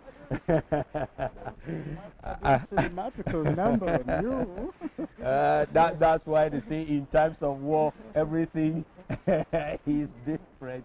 You're welcome to join us. Thank you. How has it been for you, especially at this period, appointed in time of peace, and now at the communication front, you've had also quite some challenges, right? Yeah, but what is peace? Peace is not the absence of war. Mm-hmm. War also is staged every day, personally, exteriorly, and with people around you. Consequently, our focus, if not our notion, should be one of always advocating for peace, peace in ourselves, peace with people, peace with God. When you guys say communication in times of war and communication in times of peace, I know lots of people have had to have that misconstrued, thinking that it's another way of telling media men not to say the truth. No, it's not a matter of saying the truth. There is selective exposure. That's what we call it. You must be selective. And that is why, even in the developed countries, we're advocating and aspiring to being developed, you know, there's a question of, there is classified information. Mm-hmm. And there's information that you can generally give to public. You will not say they're lies. But I want to believe that each and every one of us has a conscience. And when your country is involved in a situation, Of course, we call for patriotism. Why do we call for patriotism? That's because we have to give a respect, as you said a while ago, to our institutions and the way they are appearing before a certain situation. You know, when you look at war, for instance, you go through all the wars that are being staged by some of these big countries, there's hardly any time when you see the face of a corpse of a soldier, an American soldier. No way. No. All right. Now, our media men and women would want to expose everything. It doesn't mean people didn't die because you didn't show their faces. And so when you stop them from doing that, there is an outcry. No, it's not supposed to be that way. I think as a professional myself, I think I have that possibility, the prerogative of making selection when you're giving out information to people. The role of the Communication Council is not to stop media men from producing. It's not to stop them from writing. It's not to stop them from... But why do they call it a regulatory body? Is at least to put a stop on certain things that have become a daily affair in our newspapers. Indecency. I stress on the word indecency. The lack of dignity, the integrity of the people, integrity of our institutions. And people come on and say whatever they want to. Yeah, there's freedom of speech, there's freedom of everything that you want to say, but there must be some controlled freedom. What has been going on recently is people are talking constantly about self-regulation. Accept it. But all of our associations of journalists, how much regulation have they been able to impose on the profession? It's hardly been. I've been member of many of them, and at one point or the other, you know, there's such total disruption of even order within the associations. So the Communications Council is like a gendarme, but not the gendarme that's always with a baton hitting at people. Yeah, because I was going to come to that. Yes. A lot of what the public sees is suspensions here, some totally told to stop publishing, and a lot of people think when do you sensitize, when do you educate? Albert, I'm just from Mbonde, and we met with journalists from the far north, the north, and the Adamawa regions, and we had a seminar sensitizing on the responsibility of the media to society in times of peace and in times of war. I am, as I'm sitting here, getting ready to take a trip to Kumba, where I'll have another seminar tomorrow. So, and we have done that we've been to the littoral, we've been to the southwest, we've been to the northwest, we've been to the west, we've been here, we've held seminars here.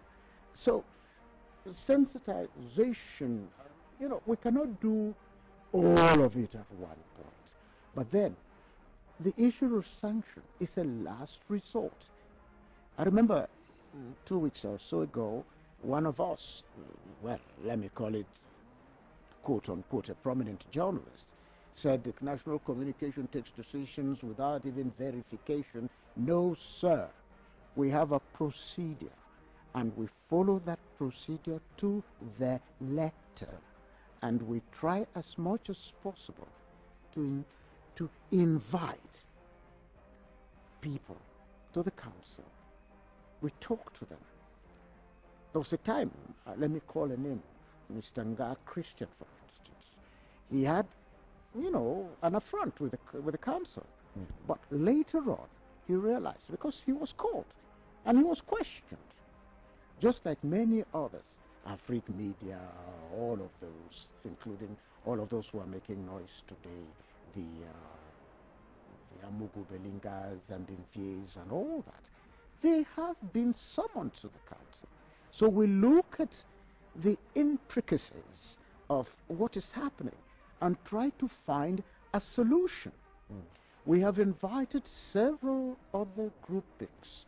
We've had the Anglophone Journalist Association, we've had the Francophone Journalist Association, we've had leaders or chief editors of different newspapers, we've had cable distributors, we've had many of those groupings in the council. Well, I don't know whether every day they expect me to stand up on a soapbox and shout, oh, we have met with these people, we've met with these people. That's when they know that there is sensitization going on. I think we are doing the best we can with the little we have. The council, as a regulatory body, has been just about 2 years, and we're still working out certain modalities to make it effective. So, where do you draw the line in Communication Council and MINCOM, the Ministry of Communication? They have their own role. The Ministry of Communication is, let me say, because sometimes some people say they sometimes come to the fore as if they were talking in the name of the National Communication Council. They're not supposed to, because first of all, somebody had erroneously said the council is under the tutelage of the Ministry of Communication. Absolutely not. The council is an autonomous and independent body. It has nothing to do with the Ministry of Communication. There are a few issues that the Ministry of Communication is treating that with time they will be treated by the council, especially the issuing of professional cards. There is the question of licensing and a few others. And that's why sometimes we find it difficult to even control certain things, because yeah, there is that almost unfortunate dichotomy in the way things are happening. But when everything will come under the guise of the council, I think many more solutions will be solved. But to say there is confusion between the council and the communication and the Ministry of Communication, or that the Ministry of Communication will be talking on behalf of the council, is a falsehood. And I think our responsibility is to the Prime Minister. And to the Prime Ministers, just because we write our annual reports and send them to the Prime Minister or to the government, right? So they know the state of communication from our perspective, because the Ministry of Communication also writes to that same government, given the state of communication. I know the Ministry of Justice does say similar things. So, there's a whole gamut, this whole almost confusion in our responsibilities. But however, I think we follow what the law has put in place. We follow what the decree reorganizing the Communication Council has put in place. And that is how we work, and we work collegially. It is not Peter Esoka as such. It is a group of people. 9 of us were put in place. Unfortunately, our president died, and I, as vice president, am acting as that until such day that the president of the republic decides to appoint somebody else to the place, or why not to appoint me to the place? I mean, it's justice. I've been doing the job for both the president and the vice president for the past 1 year or so, since Monseigneur Befe Ateba passed on. I was going to find out, you spoke about 9 of you in a country of 10 regions, 58 divisions, over 360 subdivisions. How present are you on the ground? For now, we don't have branches anywhere. But from our visits, our missions to different places, we try as much as possible to get in touch with professionals.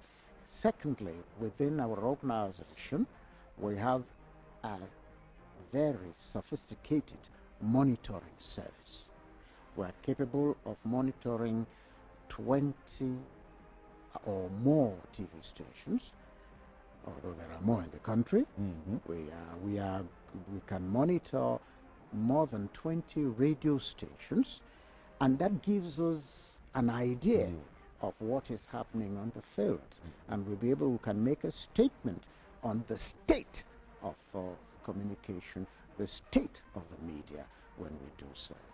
Time flies very fast. I'm being hinted we have 5 more minutes. 5 more minutes during which I was going to ask this question. Peter Osoka is an icon in the communication world. Lots of these media men look at you and say, oh yes, everybody is unanimous, he's a nice personality. Now you are being given functions where sometimes you will not always be understood.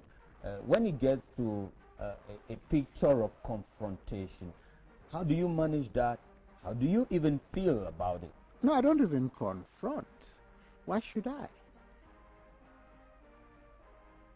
When you are legal, when you know what you are doing, Albert, you do it without anybody running after you. If you don't steal, the policeman will not come after you. If you don't do your job properly as you're supposed to do, nobody will complain about you.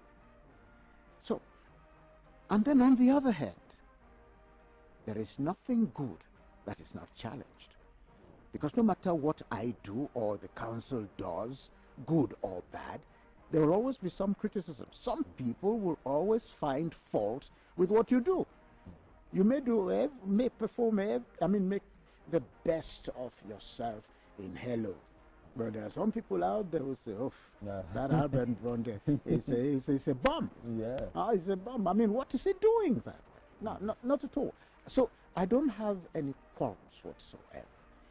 What I do, if I know I am doing the right thing, I do it. And I have favor. I have God's grace. And I do it with that. By the way, talking about God's grace, some even have accused me that I didn't do journalism, I did theology. I should go back to some seminary and go and teach. And you talked about being an icon.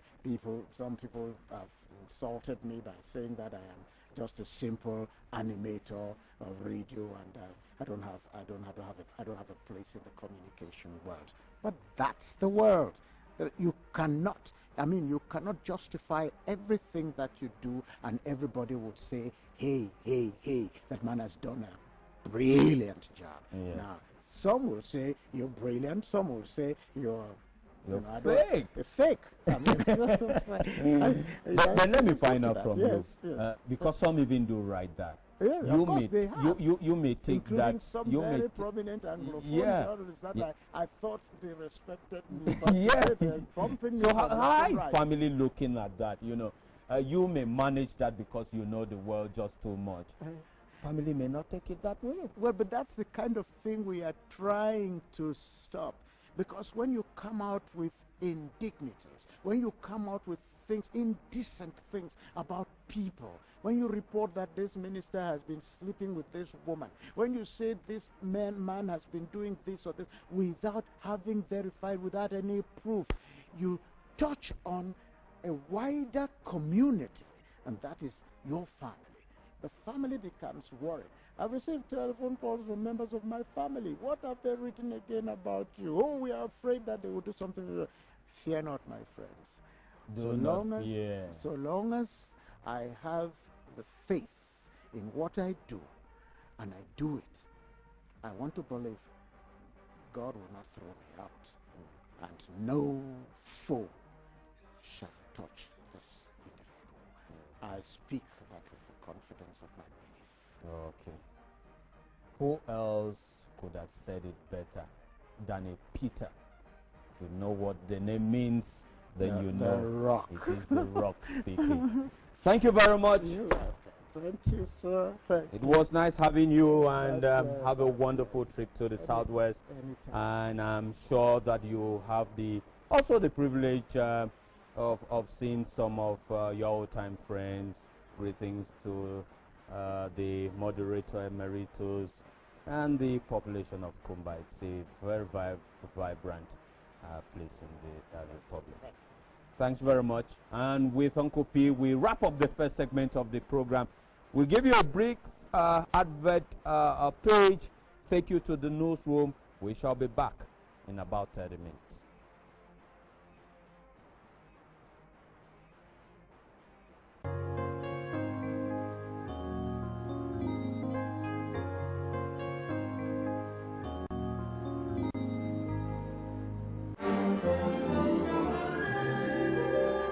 Salut, je suis le lion de la jungle. Je suis hyper fort. Et tu sais pourquoi? Chaque jour, je prends un délicieux choco-broli. C'est très facile à faire. 2 cuillerées de choco-broli, un peu d'eau, et voilà! Une succulente tasse de chocolat au lait, remplie de nutriments et de vitamines. Profite bien de chaque gorgée, car avant que tu le saches, c'est fini.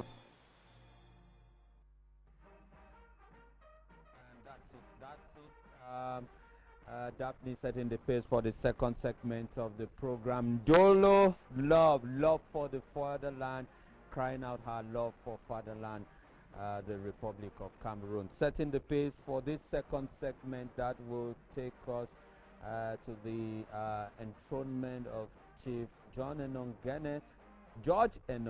That's the name. That's in the Kope Manenguba division in the southwest region of Cameroon.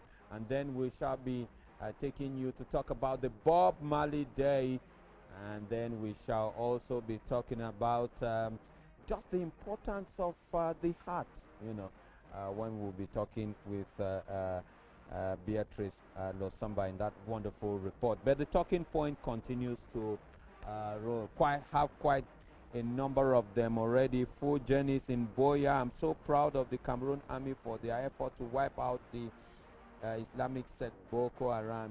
You say bravo. Peter Ndumbe in Fontaine, good morning to you. You say Boko Haram can't get the Cameroonians because the president is doing his best. You say bravo to the defense forces. Percy from Douala, good morning. I'm proud of the Cameroon Army for the way they are fighting against the Islamic sect.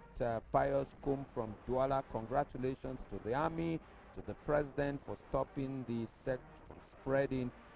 This one from Kotinang from Buddha, simply courage to our soldiers.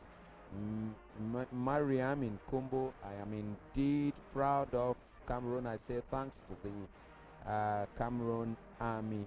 And this one from Didier Abek in Yaoundé, the way the Cameroon army has shown a rigor towards this case in point has given me a lot of reasons to be proud of them, because they laid their lives on the ground without no remorse. This one from T-Boy in Malabo, Equatorial Guinea. Good morning to the strong following we have in Equatorial Guinea. I get your reaction. Military has proven the word unbeatable lions does not limit itself only to the football field. I wish our embassy here in Malabo could organize a march and donation to support our beloved soldiers. I sure hope that it's going to be done. You say this one is Obo Sotata Esono Itoy in Yaoundé. Good morning to you. Say indeed we have a brave defense force. Our armies who usually loitered in the quarters are into real business.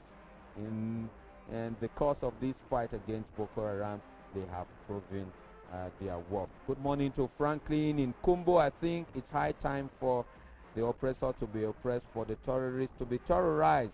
This is what our soldiers have shown to us this fact.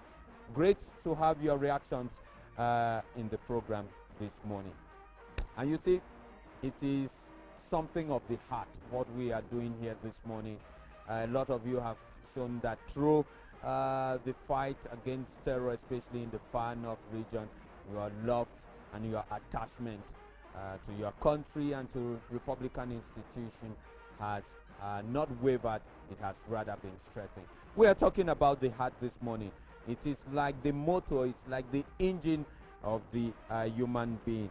And in the following report, Beatrice Losamba is just telling us exactly just how important the heart is to you and I. Hello, Beatrice.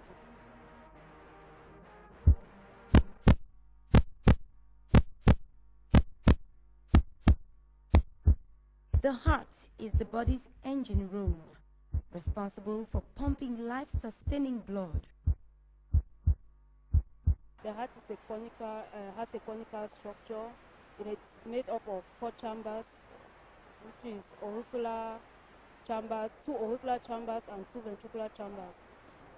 The heart is separated from the left side of the heart is separated from the right side of the heart by the septum. Larger than the size of a closed fist, an average heart beats 100,000 times a day and pumps about 2,000 gallons of blood. There is life in blood. When the heart stops pumping it, life ends.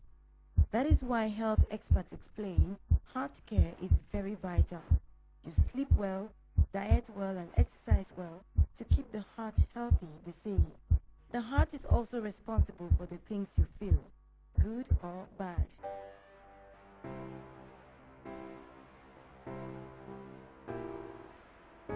But most often associated with love.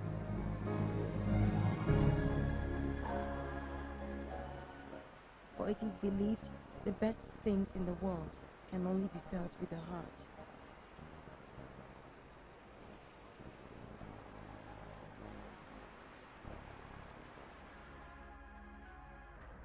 To succeed, people are often advised to put their heart into even their smallest acts. For the only way to do great work is to love what one does. Smile from the heart, give from the heart, love from the heart, and serve from the heart. What you need most is openness of heart.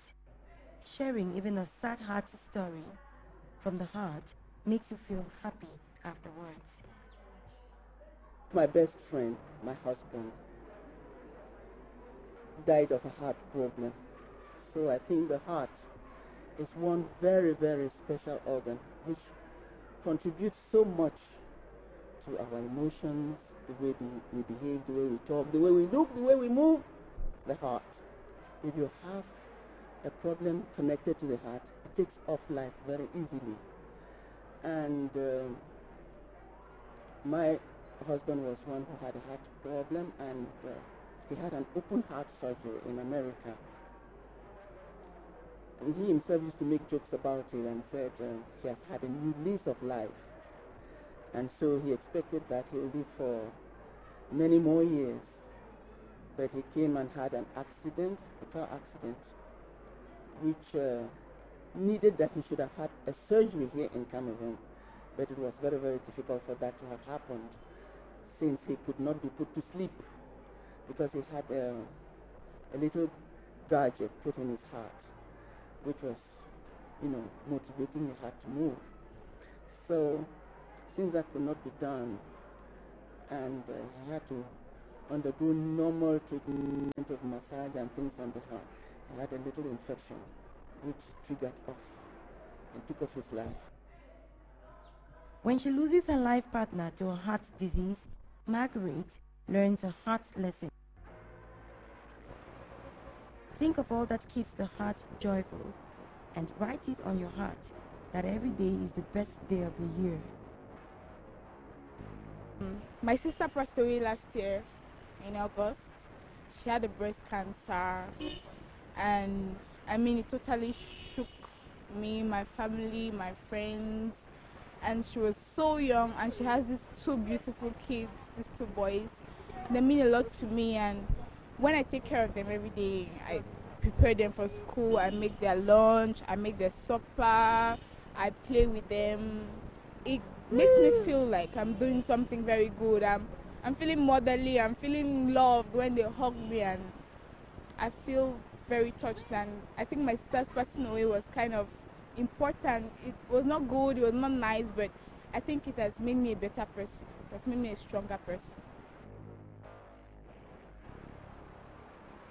Lots of things keep the heart joyful. Family, friends, children. It doesn't tell lies. The heart doesn't tell lies. The heart is sincere. Recently, I understood that more when I started working with kids, because I've been working with kids officially for like 3 years. I teach them in music. I teach them a lot, and I discovered that they are sincere. You can tell whatever they express is from their heart, and you get to not only teach them that, but you discover that you have an attachment to them from the heart. It is not really the stubbornness they get to, but because you love them, you discover that you have an attachment to them from the heart. And I just think that the heart is sincere. It can't hide anything, and it's sincere. It's the most sincere part of the body. Every human being should try to control his heart so as to control his life. Because when your heart is dark, your life also will surely be dark. It is said that the heart is full of wickedness. The heart, Bible says, is the source of all evil. Despite everything, people can be good at heart. It is therefore important to guard our heart against evil so it stays in good shape, like a closed fist.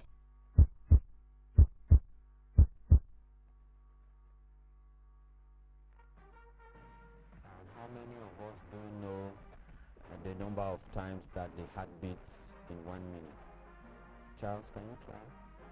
I don't want to guess. Yes, I see why you are a strong historian. Biology, human biology, 9/40. The heart should normally beat 72 times, right? 72 times in a minute. Okay, we're talking about the Bob Marley Day. It was yesterday. It's 35 years since Bob Marley died. Died in 1981, so 34 years already gone. It looks like he died only yesterday. The memories do live on. You are correct, the memories do live on. Bob Marley was born in 1945, died in 1981, like you said, and one of the most prolific singers of the past centuries. The memories are very fresh. You just see in the pictures, maybe I just take a comment from the then Prime Minister of Jamaica, who said on his funeral day in 1981, precisely on May 21, he delivered this. I'm quoting the Prime Minister of Jamaica, Edward Siaga, who said, quote, "His voice was an omnipresent cry in our electronic world. His sharp features, majestic looks, and prancing style, a vivid ethnic on the landscape of our nation." I skip a few sentences, and he concluded by saying that he is part of the collective consciences of the nation. Not only of the nation, but equally of the world. Because if you take into considerations the musical productions of Bob Marley, 1962, you take, for example, Exodus, which sold about 75 million records produced in 1977. You understand that he was a man of global influence, especially with reggae, which was a brand. He was a Rastafari. And if you take into consideration what he created, especially for the Jamaican community, he was a man of many worlds. At one time an American, at the other time a British, at one moment going back to Jamaica. He died in 1981 at the what is called today the University of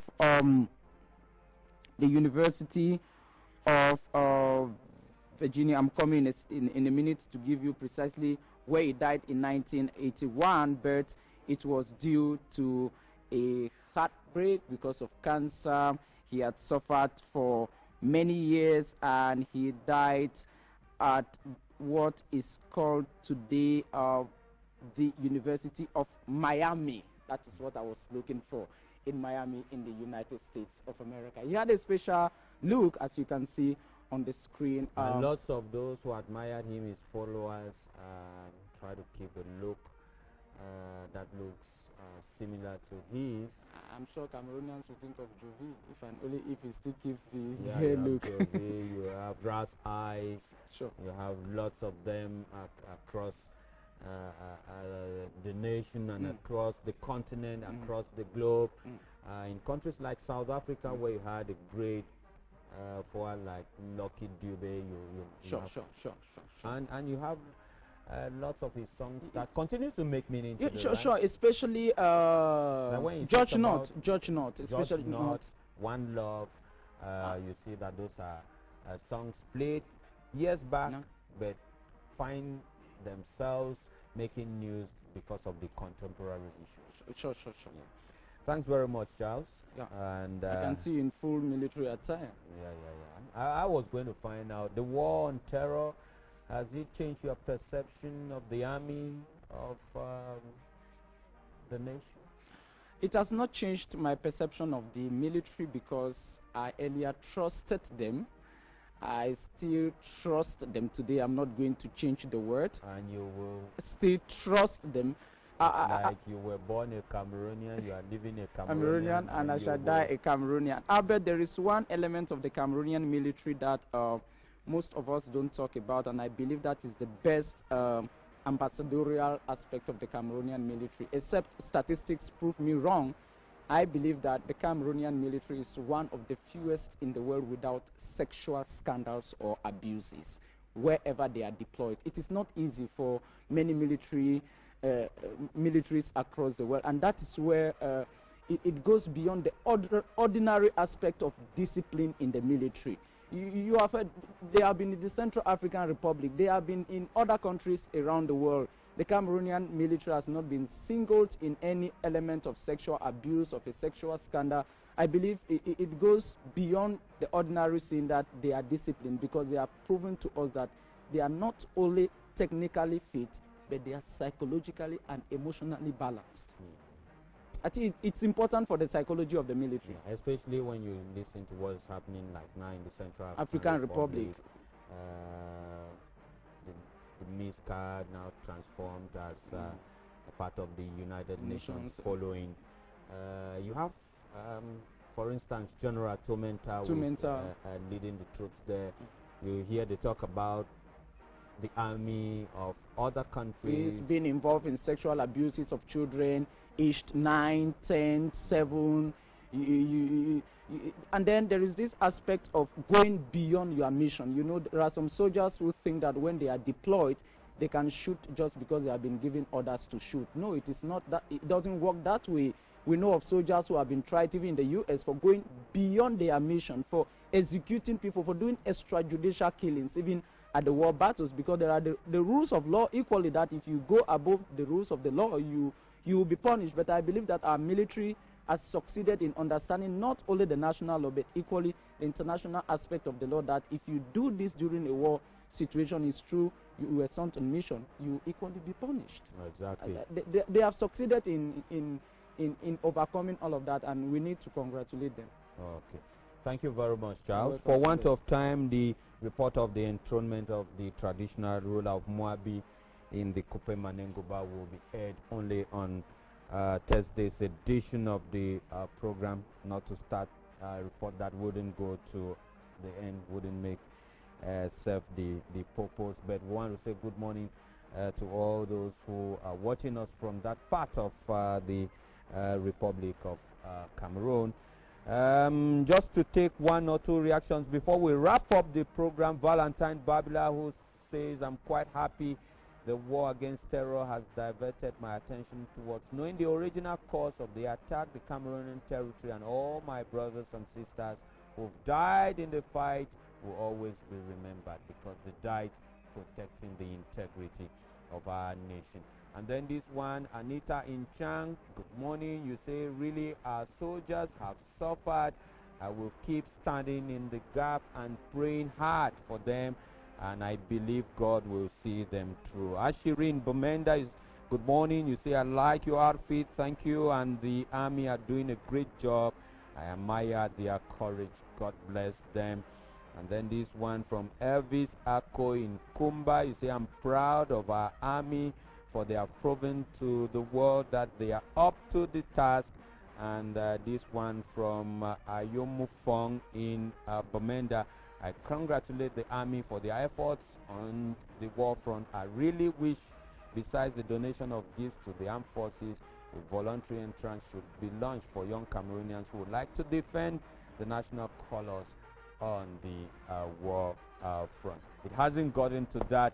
The army has done its job to contain attacks on the sovereignty of the Republic of Cameroon.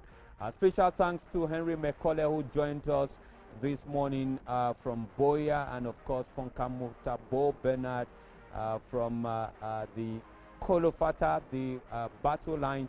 We also had a special report from Priscilla Loom in Betua. We're looking at the security situation in the three fronts. But because I'm a military man this morning, I also have President Biya, who was part of the program this morning in the sidelines, the Supreme Commander of the Armed Forces of Cameroon. And until then, when we meet on Thursday, I want to thank you very much for watching, okay?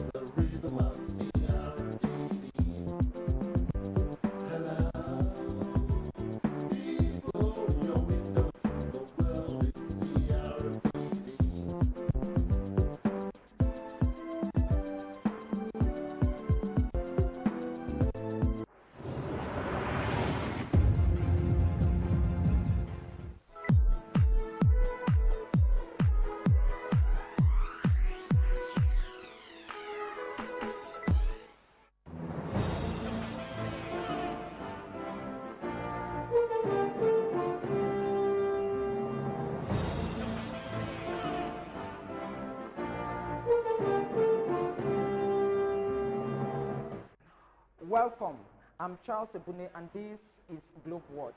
Happiness is an occasional episode in the general drama of pain. That statement from Thomas